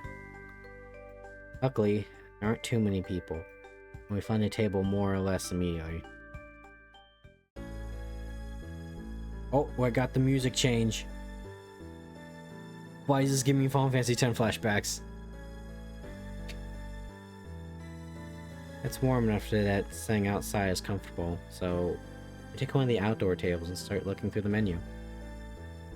I wonder if I should get a sandwich or not. I'm not sure I'm that hungry. Sandwich does sound good. Oh, this looks delicious. It doesn't take long for us to decide, and we soon place our orders.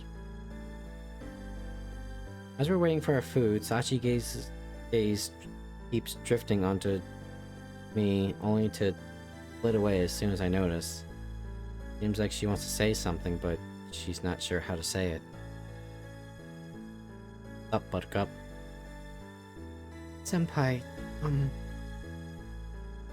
do you want to touch my scars? That is the fucking way of the warrior right there. That's romance. Huh? Takes me so off guard that I start sputtering like an idiot. What? What do you mean? Nothing, it's just... we were touching them before, so... I thought you might want to... Oh, I see. I'm not sure what I'm supposed to say in this situation. Since I met you, you've done so much for me, Mamoru-senpai, but... I've never even done one thing for you. I want to do something to repay you for all the times you've made me happy. But I can't really think of anything. Sorry, that must have been really creepy to ask. Please just I love creepy girls. I get the feeling that Sachi thinks she owes me a debt. He really doesn't have that much social experience after all. After thinking about the strange proposal for a bit, I realize she really is trying to repay me in her own way. Well, yeah, sure. Huh? Your scars, I want to, touch them. Can I? I can't think of this as her repaying a debt. Being able to be together with her is reward enough. So saying that to her probably wouldn't change her mind anyway. I feel like her letting me touch her scars will somehow lighten the burden she carries every day. Even if it's a strange thing to do. This is for Sachi's sake. It's for Sachi's sake.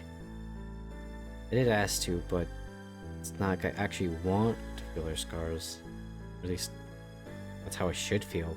I'm a sick man. I love a woman that'll actually just kill me. I mean, I'm a real freak. I'm not normal. Oh, yes. Go ahead. Trembling, puts her right hand on the table. Thanks. But intentionally touching another person's injuries like this is really weird. I feel apprehensive about doing it. But I only felt them because we were holding hands. This time, doing on purpose. The girl's hand is obviously much smaller than mine. I see you two got big hands, huh? I feel that. Actually, I got big hands and I got long fingers. Scars are more of a palm than I thought they might. Now that I can see them closely, it looks like they're mostly healed. Bandages that covered them seem to have been removed a few days ago. Any pain or bleeding must have been subsided by now. Hey Sachi, do you want to touch the cut on my the massive cut on my finger? We'll be even, equivalent exchange. Actually, I really need to stop instinctually pressing the enter key with my finger. It's actually starting to hurt. I feel your pain, Sachi. You want to touch scars? I run my thumb along the smooth outline of the scars. facing them. There's not much left of the scabs that must... Oh. Not much left of the scabs that must have covered these scars only a few days ago. Never got a good look at them until now. They aren't as rough as I thought they might be. I glided my thumb along the inside of the pale grooves and back to the edges. Scabs still occupy the very center of her scars. She'd probably start bleeding again if the scabs were picked off. Okay? These scabs will probably start falling off soon, actually. I'm sure, though, they were huge when they were fresh. The skin outlining these scabs is bright pink and closer to the center white. The center of the scar is sunken, though part of her palm was cut out, and I let my thumb creep into the depression. Sachi's hands shudder under my touch. Sorry, that hurt. No, it didn't. We're still sensitive is all. I'm fine, don't worry. I look up at Sachi apologetically and see that her face has become much redder than when we entered the cafe. I think someone examine your hands so intensively in public would probably be embarrassing for anybody.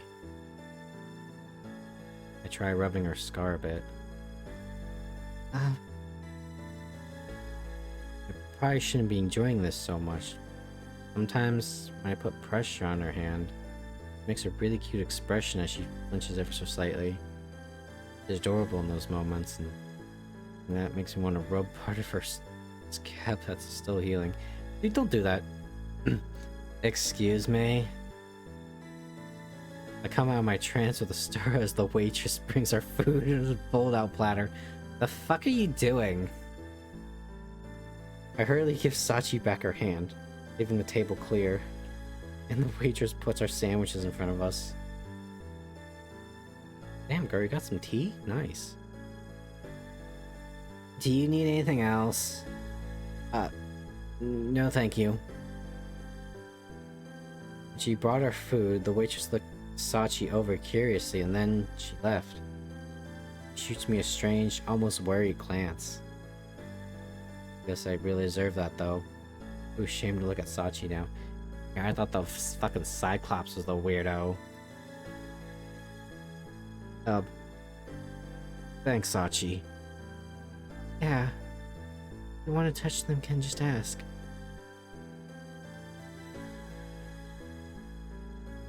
What? She actually wants me to touch them again? Oh. No way. I shouldn't have touched them in the first place. Well, our food's here. Let's eat. Right. Hey, this is pretty good. How about yours? Mine's good too. I'm glad we came here. Things got pretty awkward between us after that. Even normal conversation feels out of place. You know, in some warrior culture, Sachi, I'm pretty sure we're married after that. I feel like it's about time we head to the movie. Okay. We finished lunch, and it seems like the awkward atmosphere between us is cleared up. I think we should get there a little early, but we can get some good seats this way. I think we'll get there a little early, but at least we'll get some good seats this way. If we get there too late, then the seats will fill up, and we'll probably get stuck in the very back of the theater. As opposed to the front? No, I want the back of the theater. I feel powerful. Better on my neck. Oh, would we? We head towards the place where the movie is being shown. We're not that far away, though. So it only takes us a few minutes to get there. Fancy. This is it. Alright, people lining up? Looks like it. Probably let everyone in soon, though. Can't wait to see the movie. Yeah, it's a good one. It was not. The movie's less than 2 hours long, and soon we find ourselves in the find ourselves out in the front of the theater again. I stretch and breathe in the cool evening air, happy moving around again after sitting inside for so long. It was great, wasn't it? Yeah, better than I thought it was gonna be.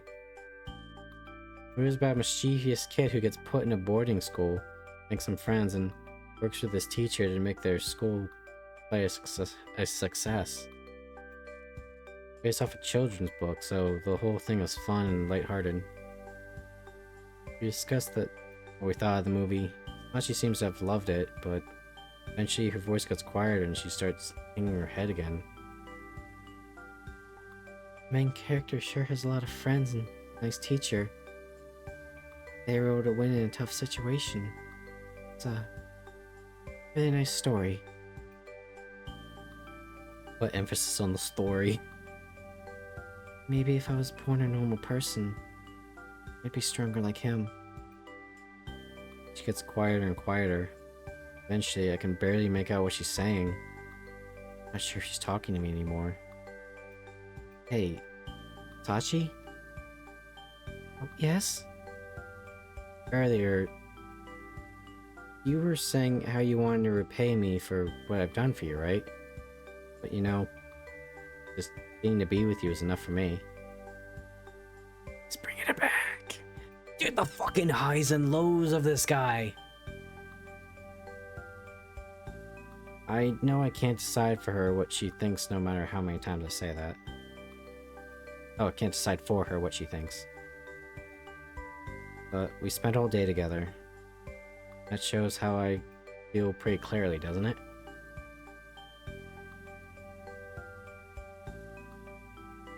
I know I've said this before, but I'm here for you no matter what. Anything you need, I'll help you however I can. I don't know if I can be considered a good-natured person, but I can say for sure that I care for her from the bottom of my heart. What I felt when I first saw her can only be described as love. Oh my god, he actually admits that he actually loves her. Holy shit.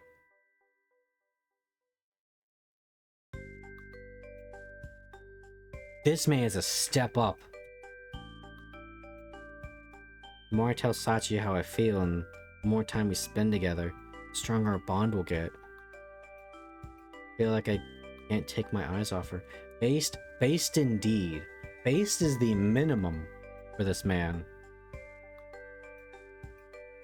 I mean, not that I can help that much. I can't do what's impossible for me, but... oh, and there are some things I won't do anyway. You know, killing a man, you know, it's a little vague in where it is on the table. I don't want to impose on you, Senpai. Hachi is stubborn as always when it comes to another person helping her. I know I won't get her to just meekly accept this like she does with everything else. I'm not giving up though. Even if she doesn't want to impose on me, I want to be by her side. I want to make sure she can keep smiling.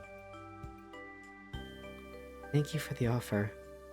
I'm really glad that we got to meet, Mamoru-senpai. I'm much happier now than I was before. But, you know, there are still a lot of fun things we can do. Oh, I know. I want to introduce you to my friends so we can all hang out together. Your friends? Sure that's a good idea? Yeah, totally.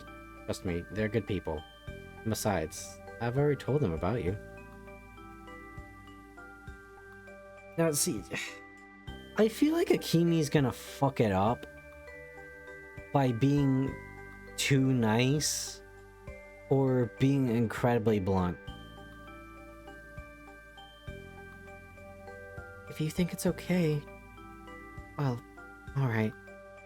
I look forward to meeting them then. Great. Oh, We should probably start heading home, shouldn't we? Not actually that late, but the sun is setting, and it is starting to get dark. At this point, it's probably best to do what Sachi's aunt wanted and head straight home. Nothing good ever happens after the sun goes down.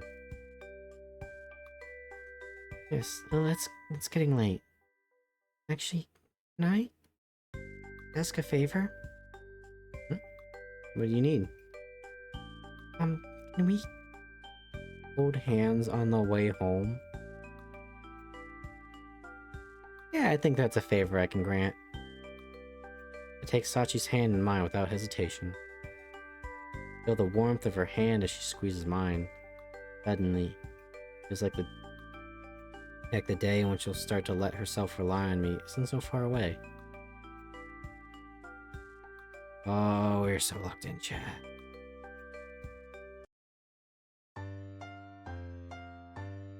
Oh, we're so in. Cry one's eye out. Her side. Wait, what do you mean her side? Is this a two-perspective story? Last bell rings and the school day ends. I grab my bag and leave the classroom. Most of the time, I leave as quickly as I can because I don't want to get caught by Sadakawa-san. But today, because I want to hurry to meet Mamoru-senpai. Lately, coming to school has been something to look forward to, and I can't but feel excited about it. Even better because I keep running into senpai. The old me would never have believed it possible to be happy at school. Not to say that Sadakawa-san hasn't stopped bullying me. Miss Mamoru is there to intervene, but I don't know if that's actually been the best idea. Sadakawa stopped bullying me as much as she used to, but now when she does, her attacks are even more violent than before. And so, I don't hate going to school anymore. The joy I feel when I spend time with Mamoru-senpai is so much more powerful than the sorrow brought by those painful incidents. Can't meet up with senpai this morning, or I couldn't meet up with senpai this morning, but he must have been thinking about me. Had to eat with him. Came to eat with me at lunch and stayed with me the whole lunch period. We talked about the movie we saw yesterday. I really had a lot of fun. The movie itself was interesting, but that was my first time seeing a movie with another person. I also had a lot of fun just walking around with him. Senpai wasn't upset about being seen with me in public either. And we even held hands when I asked. It was wonderful. Now that I think about it, it was a date yesterday, wasn't it? I wonder what Senpai thinks of that. Really miss him. I want to see him again. I usually find him by the school gates, but today I want to meet him right at his classroom. I stand... Guys, I don't like where this is going. I don't like where this is going. I stand just outside the hallway so that as to not attract any wandering eyes. If I see Mamoru-senpai, I can call out to him. Second-year students trickle out of the classrooms and head down the hallway without paying me any mind. I don't see senpai yet, though. Just as I'm worrying that I might have missed him, I overhear two second-year students talking in the hallway. Alright, time to go home. Wait, where's Makun? No, Mamoru said he couldn't find the handout and went to look in his locker for it. At any rate, he's going home with a you-know-who again, though I doubt we'll be seeing him. This catches my attention. They're talking about Mamoru-senpai, I think. Is Makun his nickname? I guess those are his friends. Oh, really? We haven't gone home together in a long time. He's making me so sad. We never really went home with him in the first place, you know? We live in completely opposite directions. But still, it's the principle of the thing. We at least walked to the gates together, and now we don't even do that. Because he's been spending so much time with that girl. Do they mean me? Yeah, what's up with that? It's no fair. How long is he gonna keep this up? I don't know how much longer I can survive like this. Let him do what he wants to. I'm sure he'll return to us when his time is right. And again, it's been a while. We should find her ourselves. Oh, I can't believe it. Tomo agrees with me on something? Alert the media. Okay, tomorrow we'll go find her. I've got this all planned out. I start to feel an overwhelming tightness in my chest. I can feel my good mood dissolving rapidly. I can't bear to listen anymore and retreat down the stairs as quietly as I can. What? I don't know, how did she take that? Finally, the day when Sa-chan will grace us with her presence is almost here. I've run simulations on our fateful meeting countless times in my head. So, I'm ready for anything. I'm totally prepared to be the super friendly older sister type person she needs. Hey, Tomo, are you listening? Huh? Oh, I thought I saw someone just now. Yeah, I'm listening. Something about being super annoying older sister, right? What? No, you did that on purpose. Yep, I sure did. You meanie? How did she interpret that as...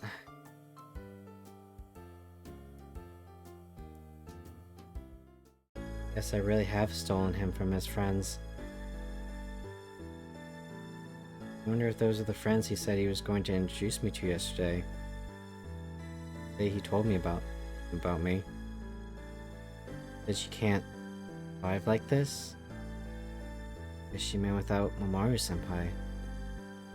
Or senpai said it was okay for me to meet them, but I don't know if it's really the case. Friends must hate him for spending so much time with me. Didn't realize how much trouble I've caused him. Heart feels heavy. Body feels heavier. The weight of this whole situation is dragging me down.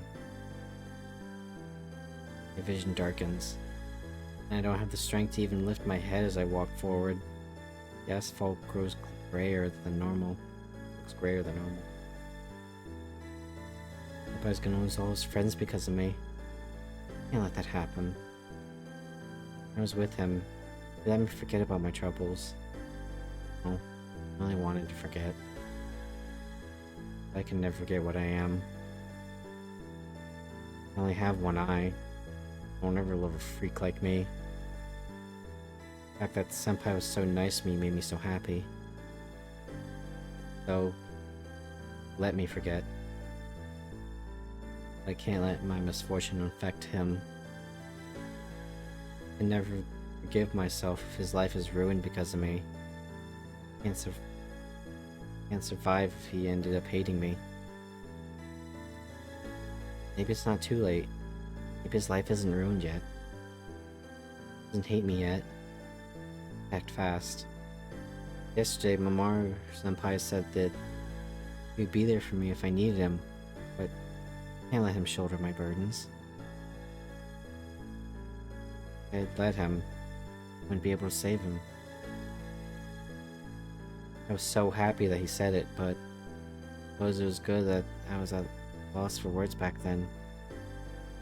And so, I always remember the kindness he showed me. Bought me my cell phone strap too. I have this to remember him by. Things go wrong again. I still have this to bring back all the good memories. Like yesterday, all the time I spent with Senpai, his kind voice. If I have that much at least, be okay. I'll be okay even if all I have left of him is his memory. Before I realize it, it was far behind me. I've wandered onto one of the two side streets I usually take to get home. I like where this is going. I find I can barely stand. and I lean against the telephone pole, still staring at the ground. Rain is starting to fall. Sun is out, but doesn't matter, I guess. Black sheen seems to ooze over the asphalt as it drinks in the heavy drops. It's strange. Every day for the past few weeks has been bright and sunny. Been so used to that. I almost forgot what it's like when it rains. I have to do it. I have to say goodbye to Senpai. My vision blurs as the heavy drops continue to fall.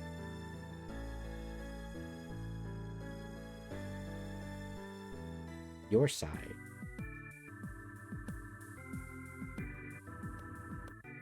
I stayed in class longer than I meant to today. She's probably waiting for me for a while. I'm usually the first one out the door. Sometimes leaving a little too early, but Sachi always beats me to the school gates since her class is closer than mine. God, now I'm getting flashbacks in like middle school where like I was on one end of the school and I was next to where like the buses were, like where you would go out to get on the bus. I shit you not, I had to get out of the classroom, run to the opposite end of the school, and then run all the way back to the other end where I started just to get on the fucking bus. Yeah, fuck that. My locker was all the way on the other end. Changed my shoes and rushed out of the school. Sachi usually comes running to meet me when she sees me walk into the gates. But now I'm past it and Sachi's nowhere to be found. Did she really go home? I scan the street for any sign of her and yet she's still like only a little ways ahead of me. Though it doesn't look like she's noticed me yet. Sorry, I didn't mean to take so... Sachi? Turns to me, face almost parallel to the ground. The usual smile has been replaced with a much darker look. You been crying? Nomaru-senpai, thank you so much for all you've done for me. But I'll be fine on my own from now on. I don't mind going home and having lunch by myself, so... Sachi's voice wavers. I'm certain something bad must have happened to her if she sang this. Who said that? Was that fucking bitch? That blonde bitch? I'll break her fucking ankles! I will at this point I will have completely just destroyed her lower half. I will mangle that bitch. You put her, after what I do to her, and you in a room, everyone's gonna be staring at her. That's how grotesque I'm gonna make her fucking corpse. I take a step towards her, and determined to find out what. I'm a completely normal, sane person. Destroy her lower half, phrasing, you ever see Seven? That'd be the closest thing I'd ever get to. The lust and death.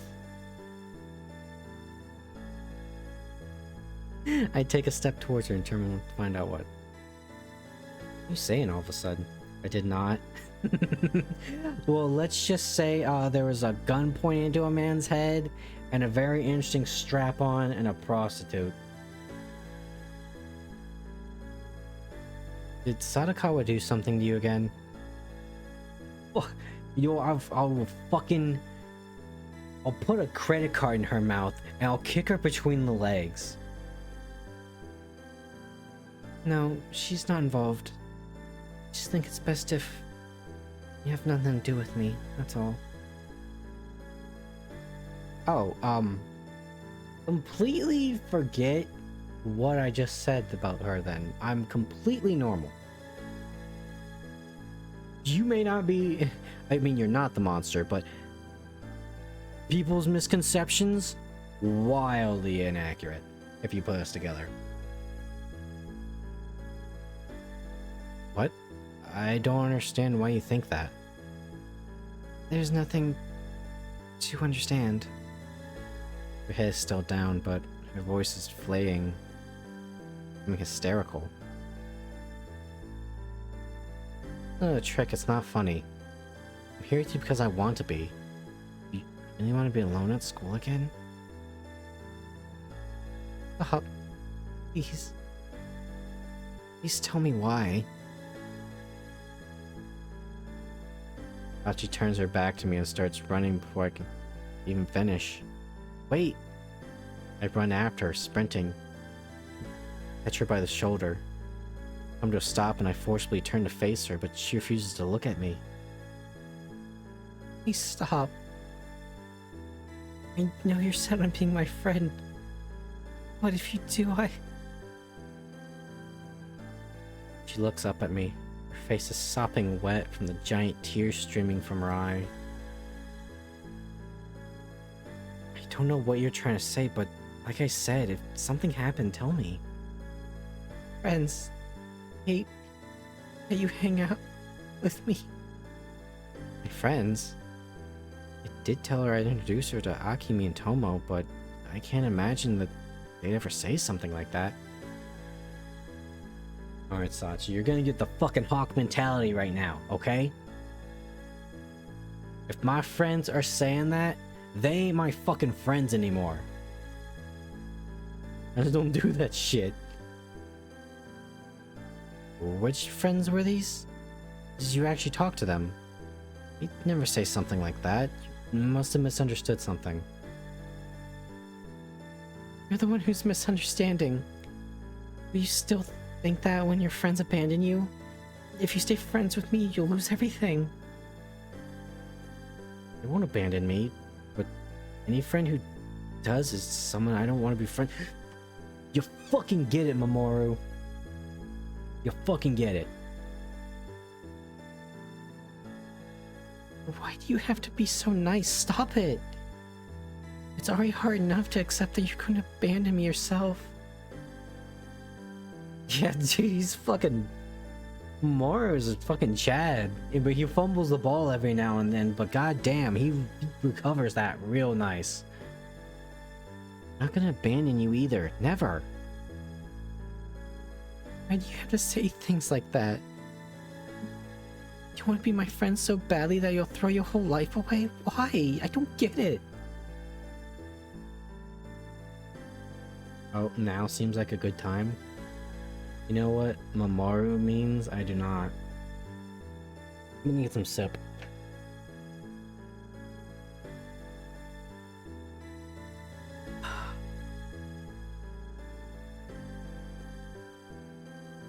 Oh my god, I mean protect.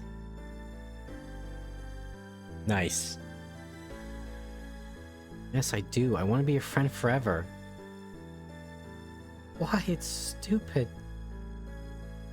You trust that I have a good reason for doing this?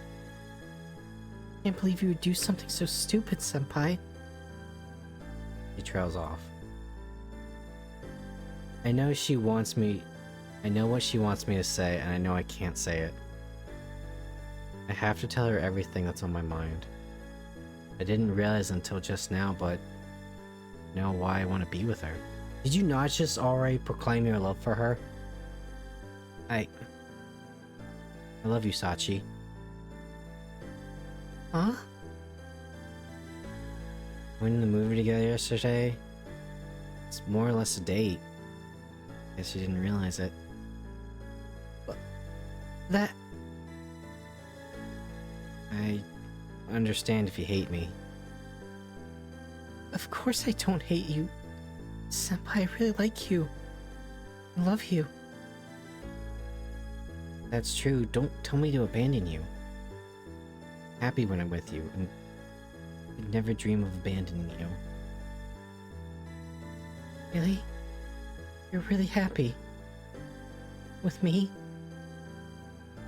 Really am.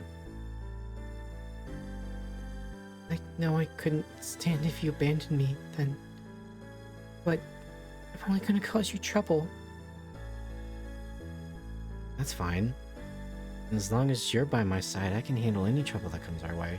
And let's be real, Sachi. I'm gonna be the one that gets you in trouble. Because I'm probably gonna kill somebody for you. Senpai. Go to her and take her into my arms. She starts crying her eye out. Sobs into my chest for a long while.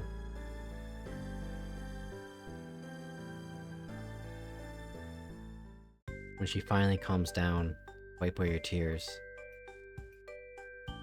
Time we started here heading home.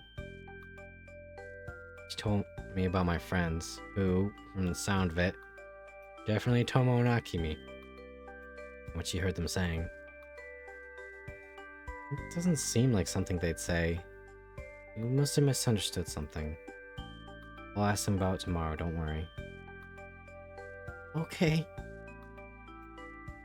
Don't worry, like I said. Even if you heard them right, I won't abandon you. Thank you. Still upset, but there's genuinely relief in her voice. Soon arrive at Sachi's house. I'll deal with my friends, don't worry. See you tomorrow, okay? Breaking news! 2 Japanese students found dead outside their school. Bodies were horribly lacerated with what appeared to be knife wounds.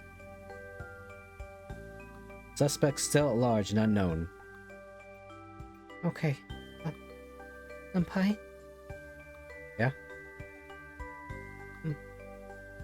Can I be your girlfriend? You want to? Yes. Well then, I guess it's the official start of our relationship. I'm really looking forward to it. Yeah, me too. She looked so happy throughout this whole awkward exchange. Makes me that much happier seeing her like that, and I smile back at her. Then, see you tomorrow? Yep, see you tomorrow.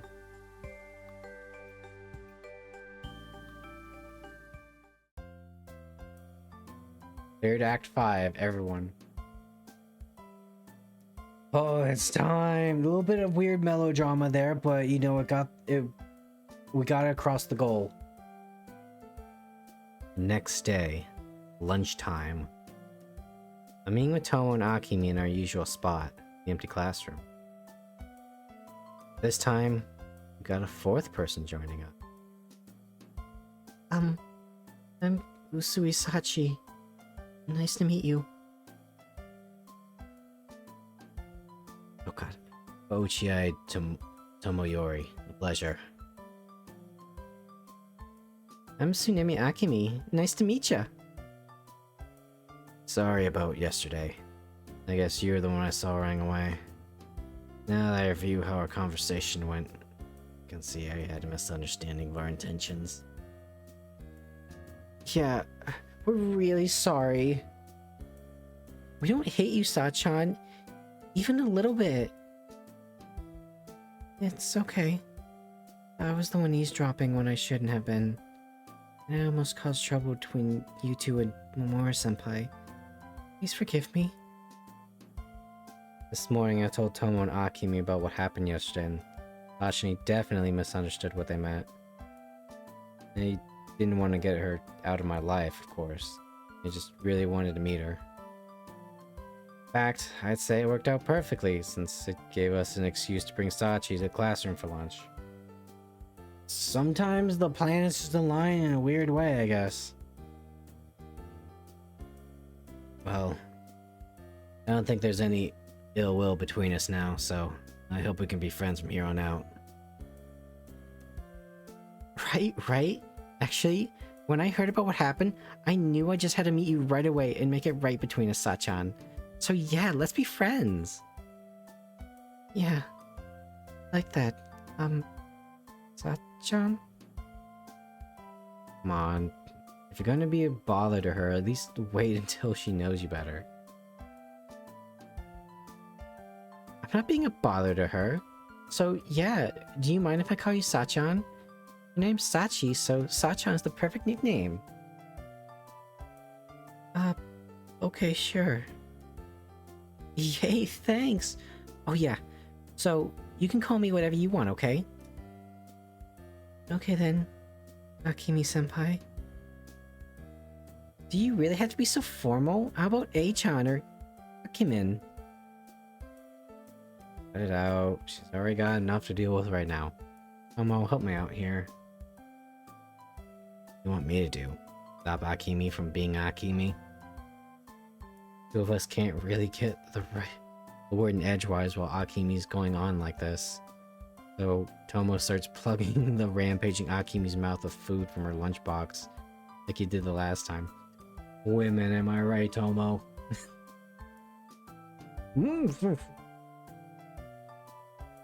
Akimi's always too loud, and Tomo doesn't have the best manners, but I promise they're good people.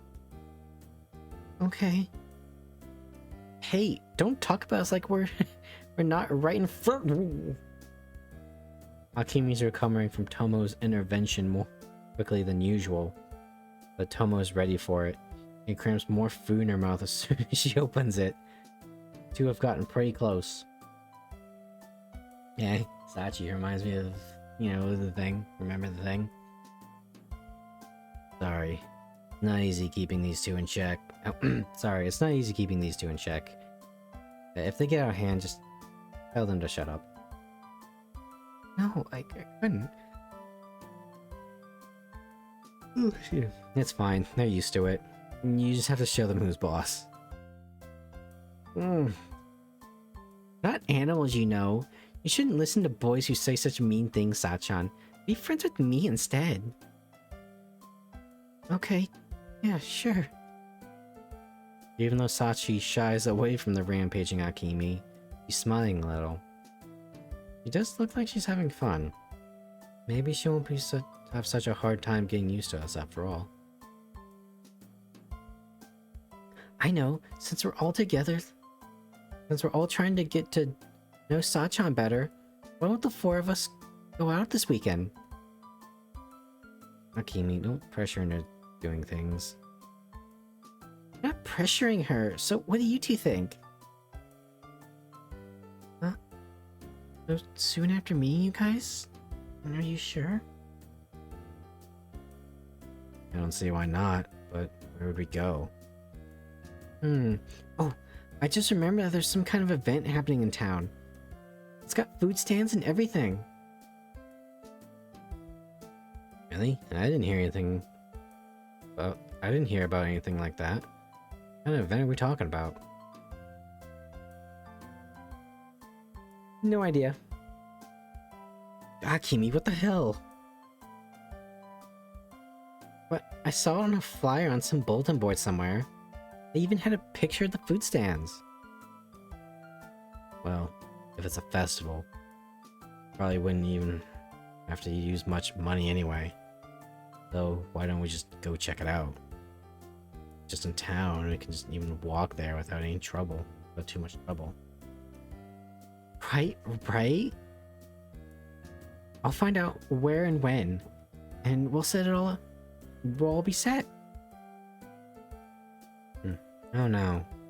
Hachi, are you okay with this? Yeah, I want to go.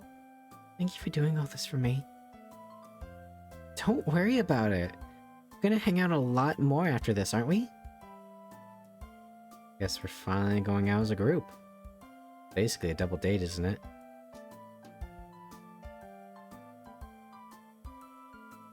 I would love to see the story from Tomo's perspective. Because he's basically getting some alone time with Akimi. I don't think that's really what Akimi intended, but she and Tomo are almost a couple no matter how you look at it. Come to think of it, I haven't really explained my relationship with Sachi than these two yet. Not that I've been meaning to hide it, but you know. Okay. Should probably clear that up right away. Oh, right, so Tomo, looks like you're right about the reason I was fussing over Sachi so much. I see. Tell her. Yeah, it went well. I see. Well, congratulations. What are you two talking about?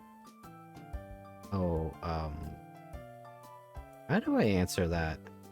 Like I said, I'm not exactly trying to hide it, but I have a feeling Akimi would go crazy over me admitting I have a crush, and don't know if Sachi can deal with that. I'll tell you about it later. Thanks, Tomo. No problem, man. Fist bump, fist bump. Give the secret man shake.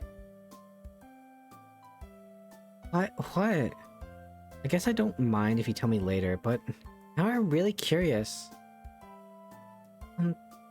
Senpai? Sachi doesn't seem to get it either, and she looks at me with a puzzled expression. I'll tell you about it later as well.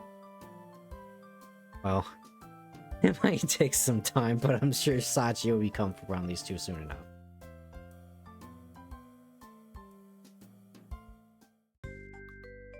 What did you think of Akimi and Tomo? Not bad, right? Not at all. Tomo-senpai seemed to look a little scary at first, but I realized he wasn't scary at all once I started talking with him. Akimi-senpai is really cheerful and lively, and they're both really nice.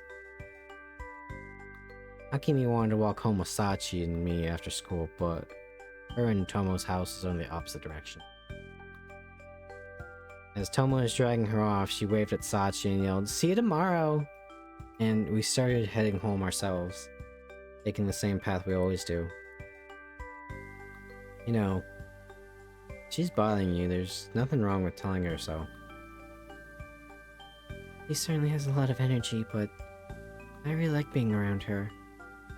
If I could talk to people as easily as she does, I think I'd be really happy. See? This is what we talked about last stream. The introverts get it. You like being around some chatty people sometimes.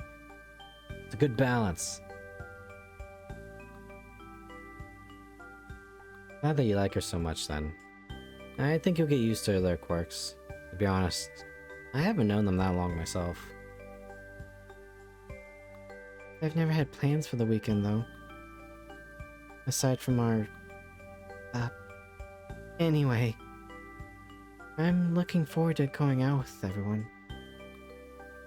Can be great. Akimi came up with a good plan this time, it seems. But yeah, we'll let loose and have fun. Okay, I'll try. Don't try. Have fun. Just, you know, have fun.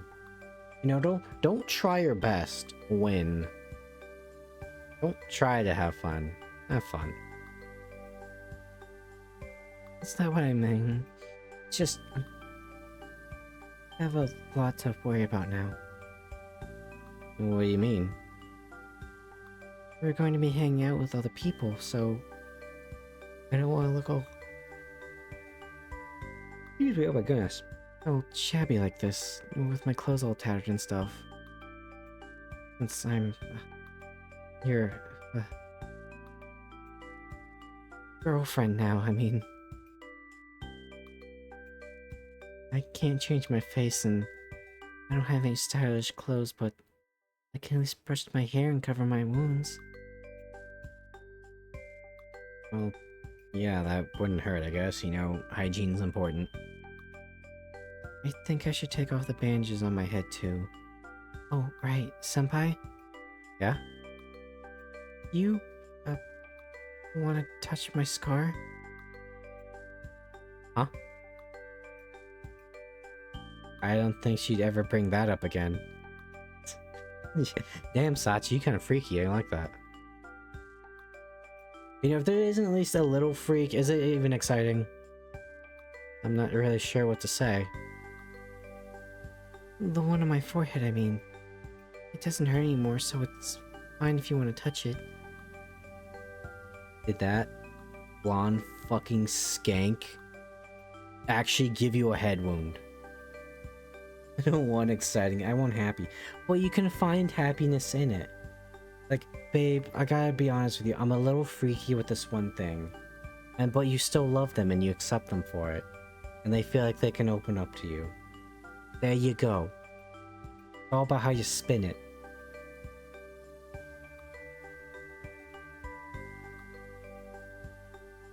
I mean, last time you let me use, because you wanted me to repay me. Is that what you're doing now? Still grateful to you, Mamoru-senpai. And I still want to repay you, but I'm your, girlfriend, so this time it's because I want to make you happy. Oh, the 180-year-old couple sitting in their chairs, holding hands kind of energy. No. Well, you know, you can still do that if they're a little freaky. I mean, I'm not talking like goon or degenerate level, but you know. Yeah, if he's asked you to touch her scar every now and then. Oh, well, thanks. Make me... What is this weird fetish? I know it's a weird thing to ask. You don't have to if you don't want to. Just forget it. No, I do want to. Maru, if you plant a kiss on her forehead, dude, I'm gonna lose my fucking shit. Words come out of my mouth before I can stop myself. Okay. Seems set on it. Guess I can't get... Yeah, she is probably masochist if you think. We're going back to the Watamote thing. I know she wants to do something nice for me, but isn't this kind of strange? And I don't have any interest in... Not that I don't have any interest in touching her scars, but... You kiss those scars, you heal them with a kiss. Wait, why are we doing this here? Are we on the way home from school? Guess we were on the street without anyone else around, but... Oh, this way, senpai. He takes me by the hand, ooh, and leads me into a narrow alleyway between two buildings. Hey, okay, you can take off my bandage. Can you take off my bandage, please? She leans her back against the nearby wall and then looks at me expectantly. Moving here hasn't really changed anything. It'd just be a lot stranger if anyone happens upon us. And anyone who walks past this alley will probably be able to see us. The space between Sachi and me suddenly becomes almost solid, but I force myself to wade through it as she keeps her eyes focused, on me. Sorry. Alright, one sec. I can't help but hesitate a bit, but after a moment I steel myself. That text is going over the bandage overlay. The Y. Right there. Just see it? Just that little bit. I put my bag down next to Sachi's facer. Right. I have to take her bandages off first, I guess. Reach my hand towards Sachi's bandages and begin to unfasten them as Sachi tilts her head forward and closes her eye. I'm only taking off her bandages. She suddenly looks completely vulnerable. I start to feel like I'm about to violate her somehow. I begin to unravel the bandages from her head, looping them around her hands so they won't fall to the floor. As I remove more and more of the wrapping, the gauze beneath it begins to show. Finally, I get the last bit of it off and discard what I've collected on top of our stuff. Oh, she's so cute! With the bandages off her head, Sachi opens her eye and looks up at me. I look down to meet her eye as it gleams wetly from the faint light that penetrates the alley. Gazing at the upturned eye before me, I suddenly feel like I'm falling into it. The feeling is so intense that I can't tear myself away from that black pit. Go ahead.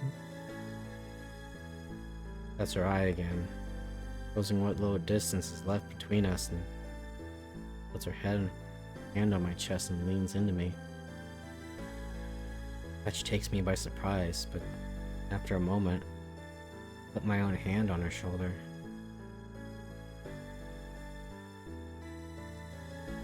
I smooth over her messy hair with my free hand and push her bangs away from her eye. I feel her shoulder tense as I run my fingers over her hair. She must be as nervous as I am. The scar that was hidden beneath the bandages on the right side of her head, below her hairline. The outline of the wound has started to turn dark purple like a bruise, but the wound itself, a slanted cut, all but closed up. That isn't actually that big, but the dark outline makes it look worse than it is. I stayed my hand over her temple and gently brushed my finger over the wound, doing my best not to hurt her. As I slide my hand over her face, lets out a breath she's been holding. The strength seems to drain out of her. I feel the weight of her slight body press on my chest as she leans into me more, and I keep my hand steady. I trace the wound, making sure to be even more careful than I was with the one on her hand. The heart of this wound is rough, in contrast to its smooth edges. My fingers seem to keep coming back to it. Hachi suddenly seems completely exhausted, and her shoulders shudder beneath my hand. Hand over her wound freezes up. Hachi opens her eye and looks up at me again. I'm okay. And again, she seems to lose all her strength, all but collapsing into my arms. I start stroking the wound once more. After a little while, she begins to shudder whenever my fingers make contact with her skin. So cute. I'm just touching her wound, but it's starting to feel like I'm doing much more than that to her. Hachi, huddled in my arms as she is, seems so drained. Like she doesn't even have enough strength to stand anymore. And I'm the only thing supporting her.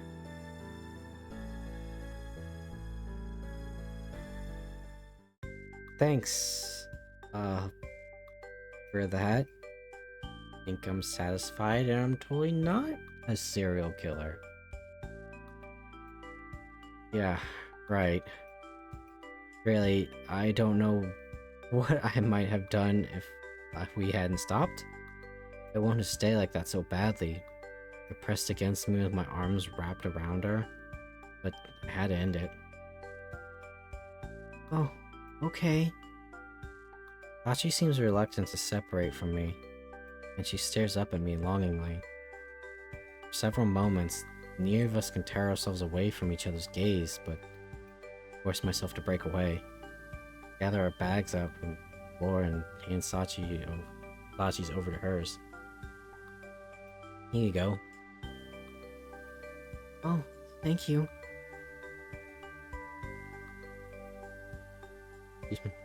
We exit the narrow alleyway with Sachi's bandages in tow and start heading home again.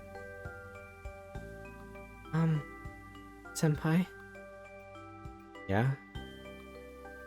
Did you like it? Oh, yeah, I did. Thanks. Yeah. Oh, you know I did, baby girl. You can touch it anytime you want, Senpai. And you can touch it anytime you want. Sure. I feel like I might lose my mind if this sort of thing keeps happening. I can't ask her to let me do that again. The two of us walk on in silence, unsure of what to say to each other. I keep glancing at Sachi out of the corner of my eye, and eventually catch her doing the same to me. When our glances meet, we both remain silent. Sachi smiles broadly. I can't help but return the smile, though I feel really embarrassed and quickly look straight ahead again. silly incident repeats itself a few times before we finally arrive at Sachi's house. Well, see you tomorrow. Yeah, tomorrow. Just as we're about to go our separate ways, the front door to Sachi's house opens, and we both turns towards it reflexively. Mayumi's standing there in the doorway, not looking at all surprised, and she walks briskly over to us. Welcome home, Sachi. Good afternoon, Mamoru-kun. Hello, Mayumi-san. I stand there dazed. She spares me a quick glance before turning to Sachi. Sachi, I know you just got home, but I'd like you to do some shopping for me. Yes, I'll go change my clothes. No need. I prefer if you do it right away. Here's a list of everything I need and some money. Just go to the convenience store. It should only take about 10 minutes or so. Okay, see you tomorrow, senpai. Sachi, oblivious, takes the note Mayumi handed her and starts off, almost running towards the convenience store. The hell? What was the point of making her do that? Mayumi didn't look like she was in a hurry to get whatever was... Oh, excuse me. Mayumi didn't really look like she was in a hurry to get whatever it was she sent Sachi for. Come to think of it, why didn't she at least wait until I was gone to send Sachi out? Well, we'll be going now.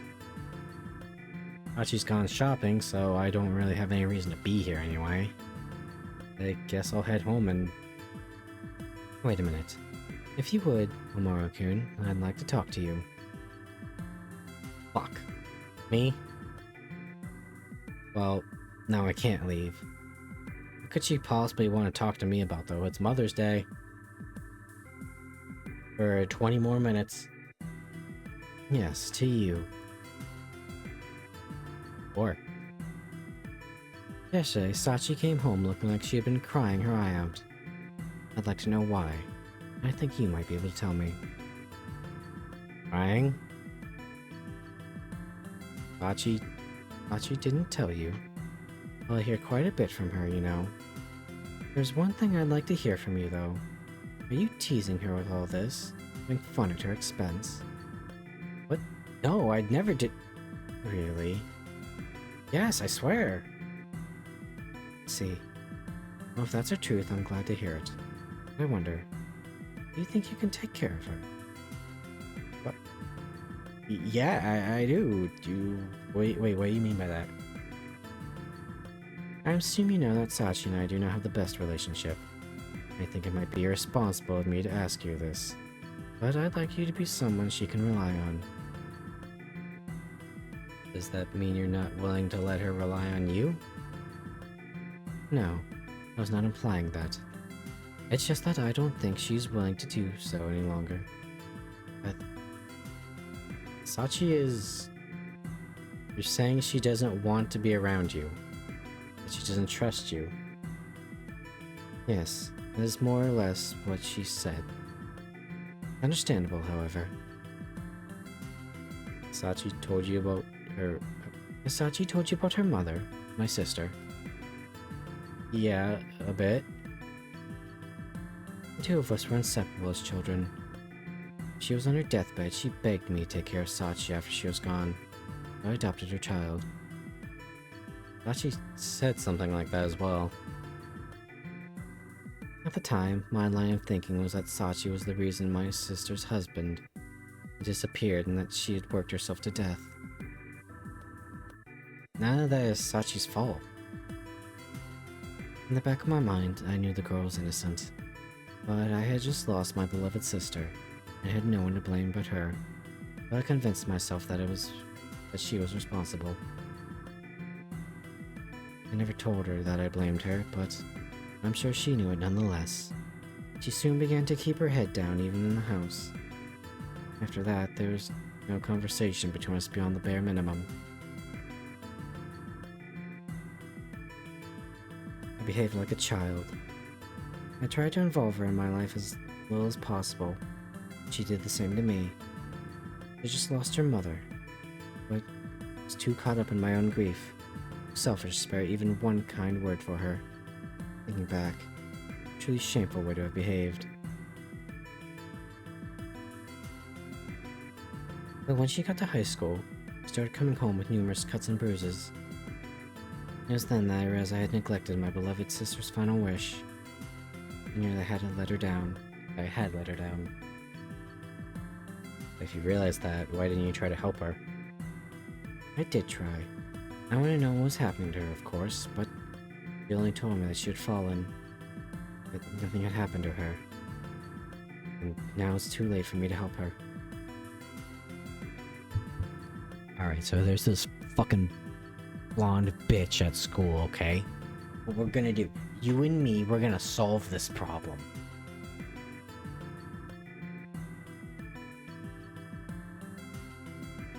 Anyways. What the fuck are you talking about? But she's changed, you know. She met you. Me? Yes. At first, I was cautious of you, thinking that you might be the one responsible for her injuries. Sorry I was not more amiable the last time we met. Oh. Yeah, no problem. I'm not gonna lie, your business suit's doing a lot to sway my opinion.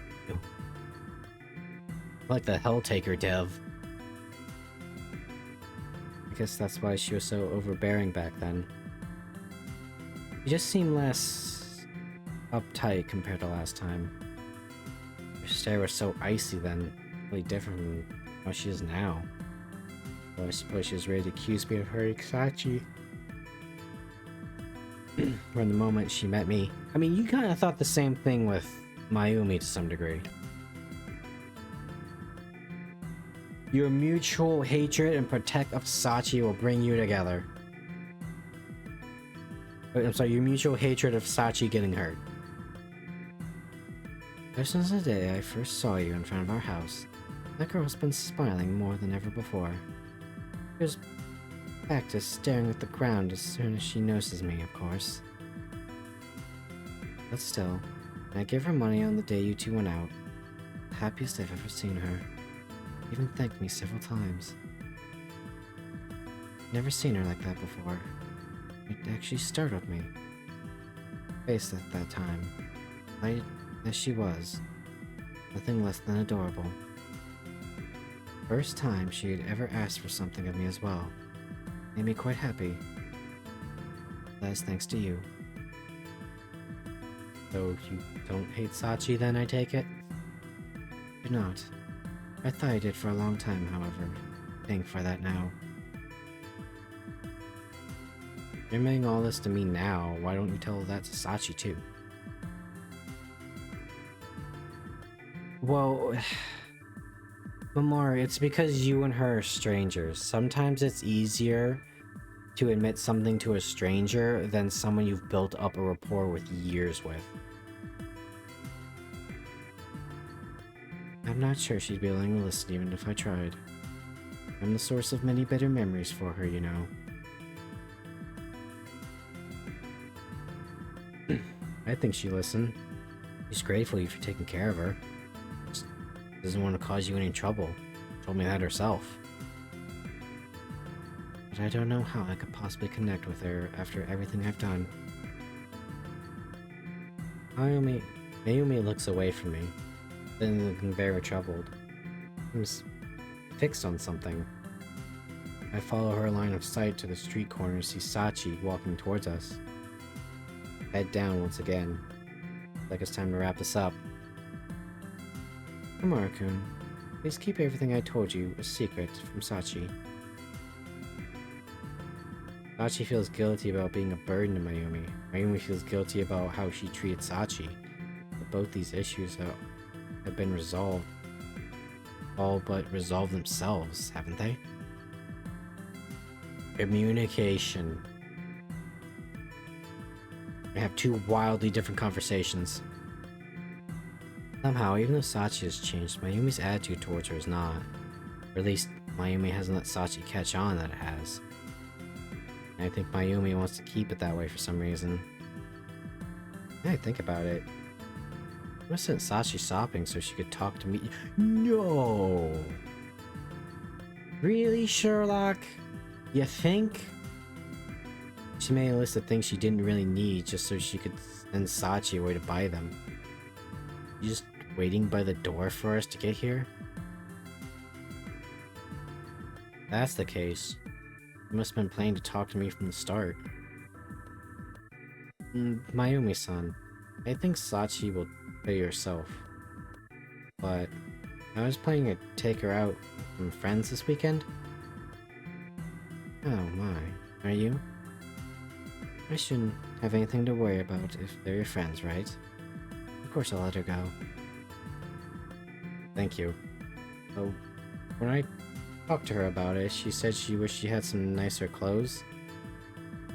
She'd never ask you, of course, but I see.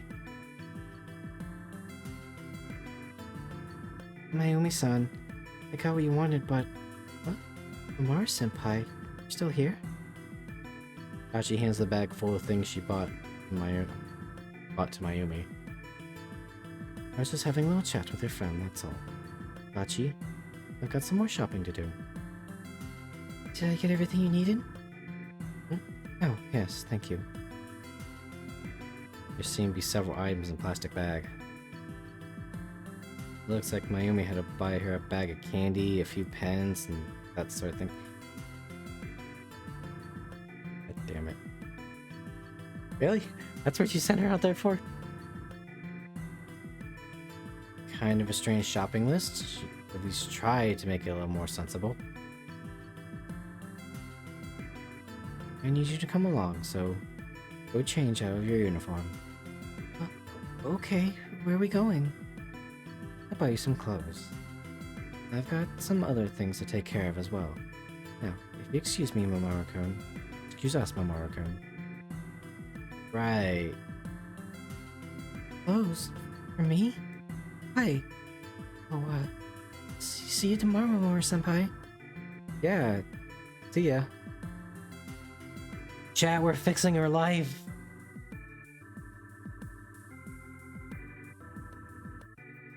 Two of them hurry back into their house, leaving me alone. I'm gonna go home, I guess. Maybe she's not quite as clever as I thought. Whatever. Clear up the misunderstandings between us, and she doesn't seem like a bad person, so I'll be fine. Probably. We don't exactly know what she did in the past.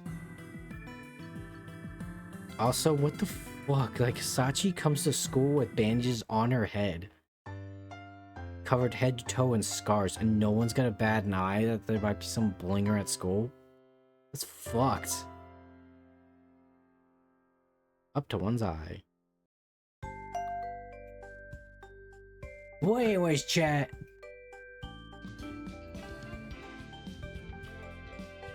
That's probably gonna be it for me tonight. We're about that 2-hour mark, and I probably don't want to get into an extra chapter. Oh, I love this game. It's so good. Love it. I truly do bring you the hidden gems. Such a good game. I'm waiting for the fucking baller drop, though. There's gonna be something bad that's gonna happen. I just know it. Peek indeed. No bad. No, believe me, if there's like a car, if fucking truck coon's coming for her, I'm gonna fucking push her out of the way. I know my bones are gonna get crumbled and mangled in the tires just for her. Just to protect her. But yeah. Let me see what I'm streaming next. Same, you get it, Lex. The masculine urge to die for something you believe in. And that's something I believe in is Sachi supremacy. So unfortunately, despite the fact that Monday is probably like a really good stream day, just because, you know, it's the start of the week and it fucking sucks for everybody. I usually try to do Sundays, and I always try to do Saturdays. But unfortunately, next time I'll be streaming is Wednesday. And that will be more Dark Souls. And then next one will be Friday. My schedule's all fucked up this week. weird timings. And then Friday will be a whatever day. And then Saturday will be more Love at First Sight. Because I feel like Love at First Sight is probably the main game for this. For as long as we have it. Because it's so good! Love it! Oh. Oh yeah. Got a few ideas for the mystery game. It could be more Dark Souls, who knows. Maybe Vulcan will poke his head out and ask for Space Marine. Yeah. Thank you all so much for stopping by. And again, happy Mother's Day to everybody. Go give your mom a hug. Let them know you appreciate them. If you already did, you go make them feel appreciated again. We're not starting soon. We're in fact taking care, everybody. Godspeed. Good night. It's been fun. Bye-bye. I can see it was so delicious you collapsed. I expected nothing less. I am so sorry. I didn't know what I was doing.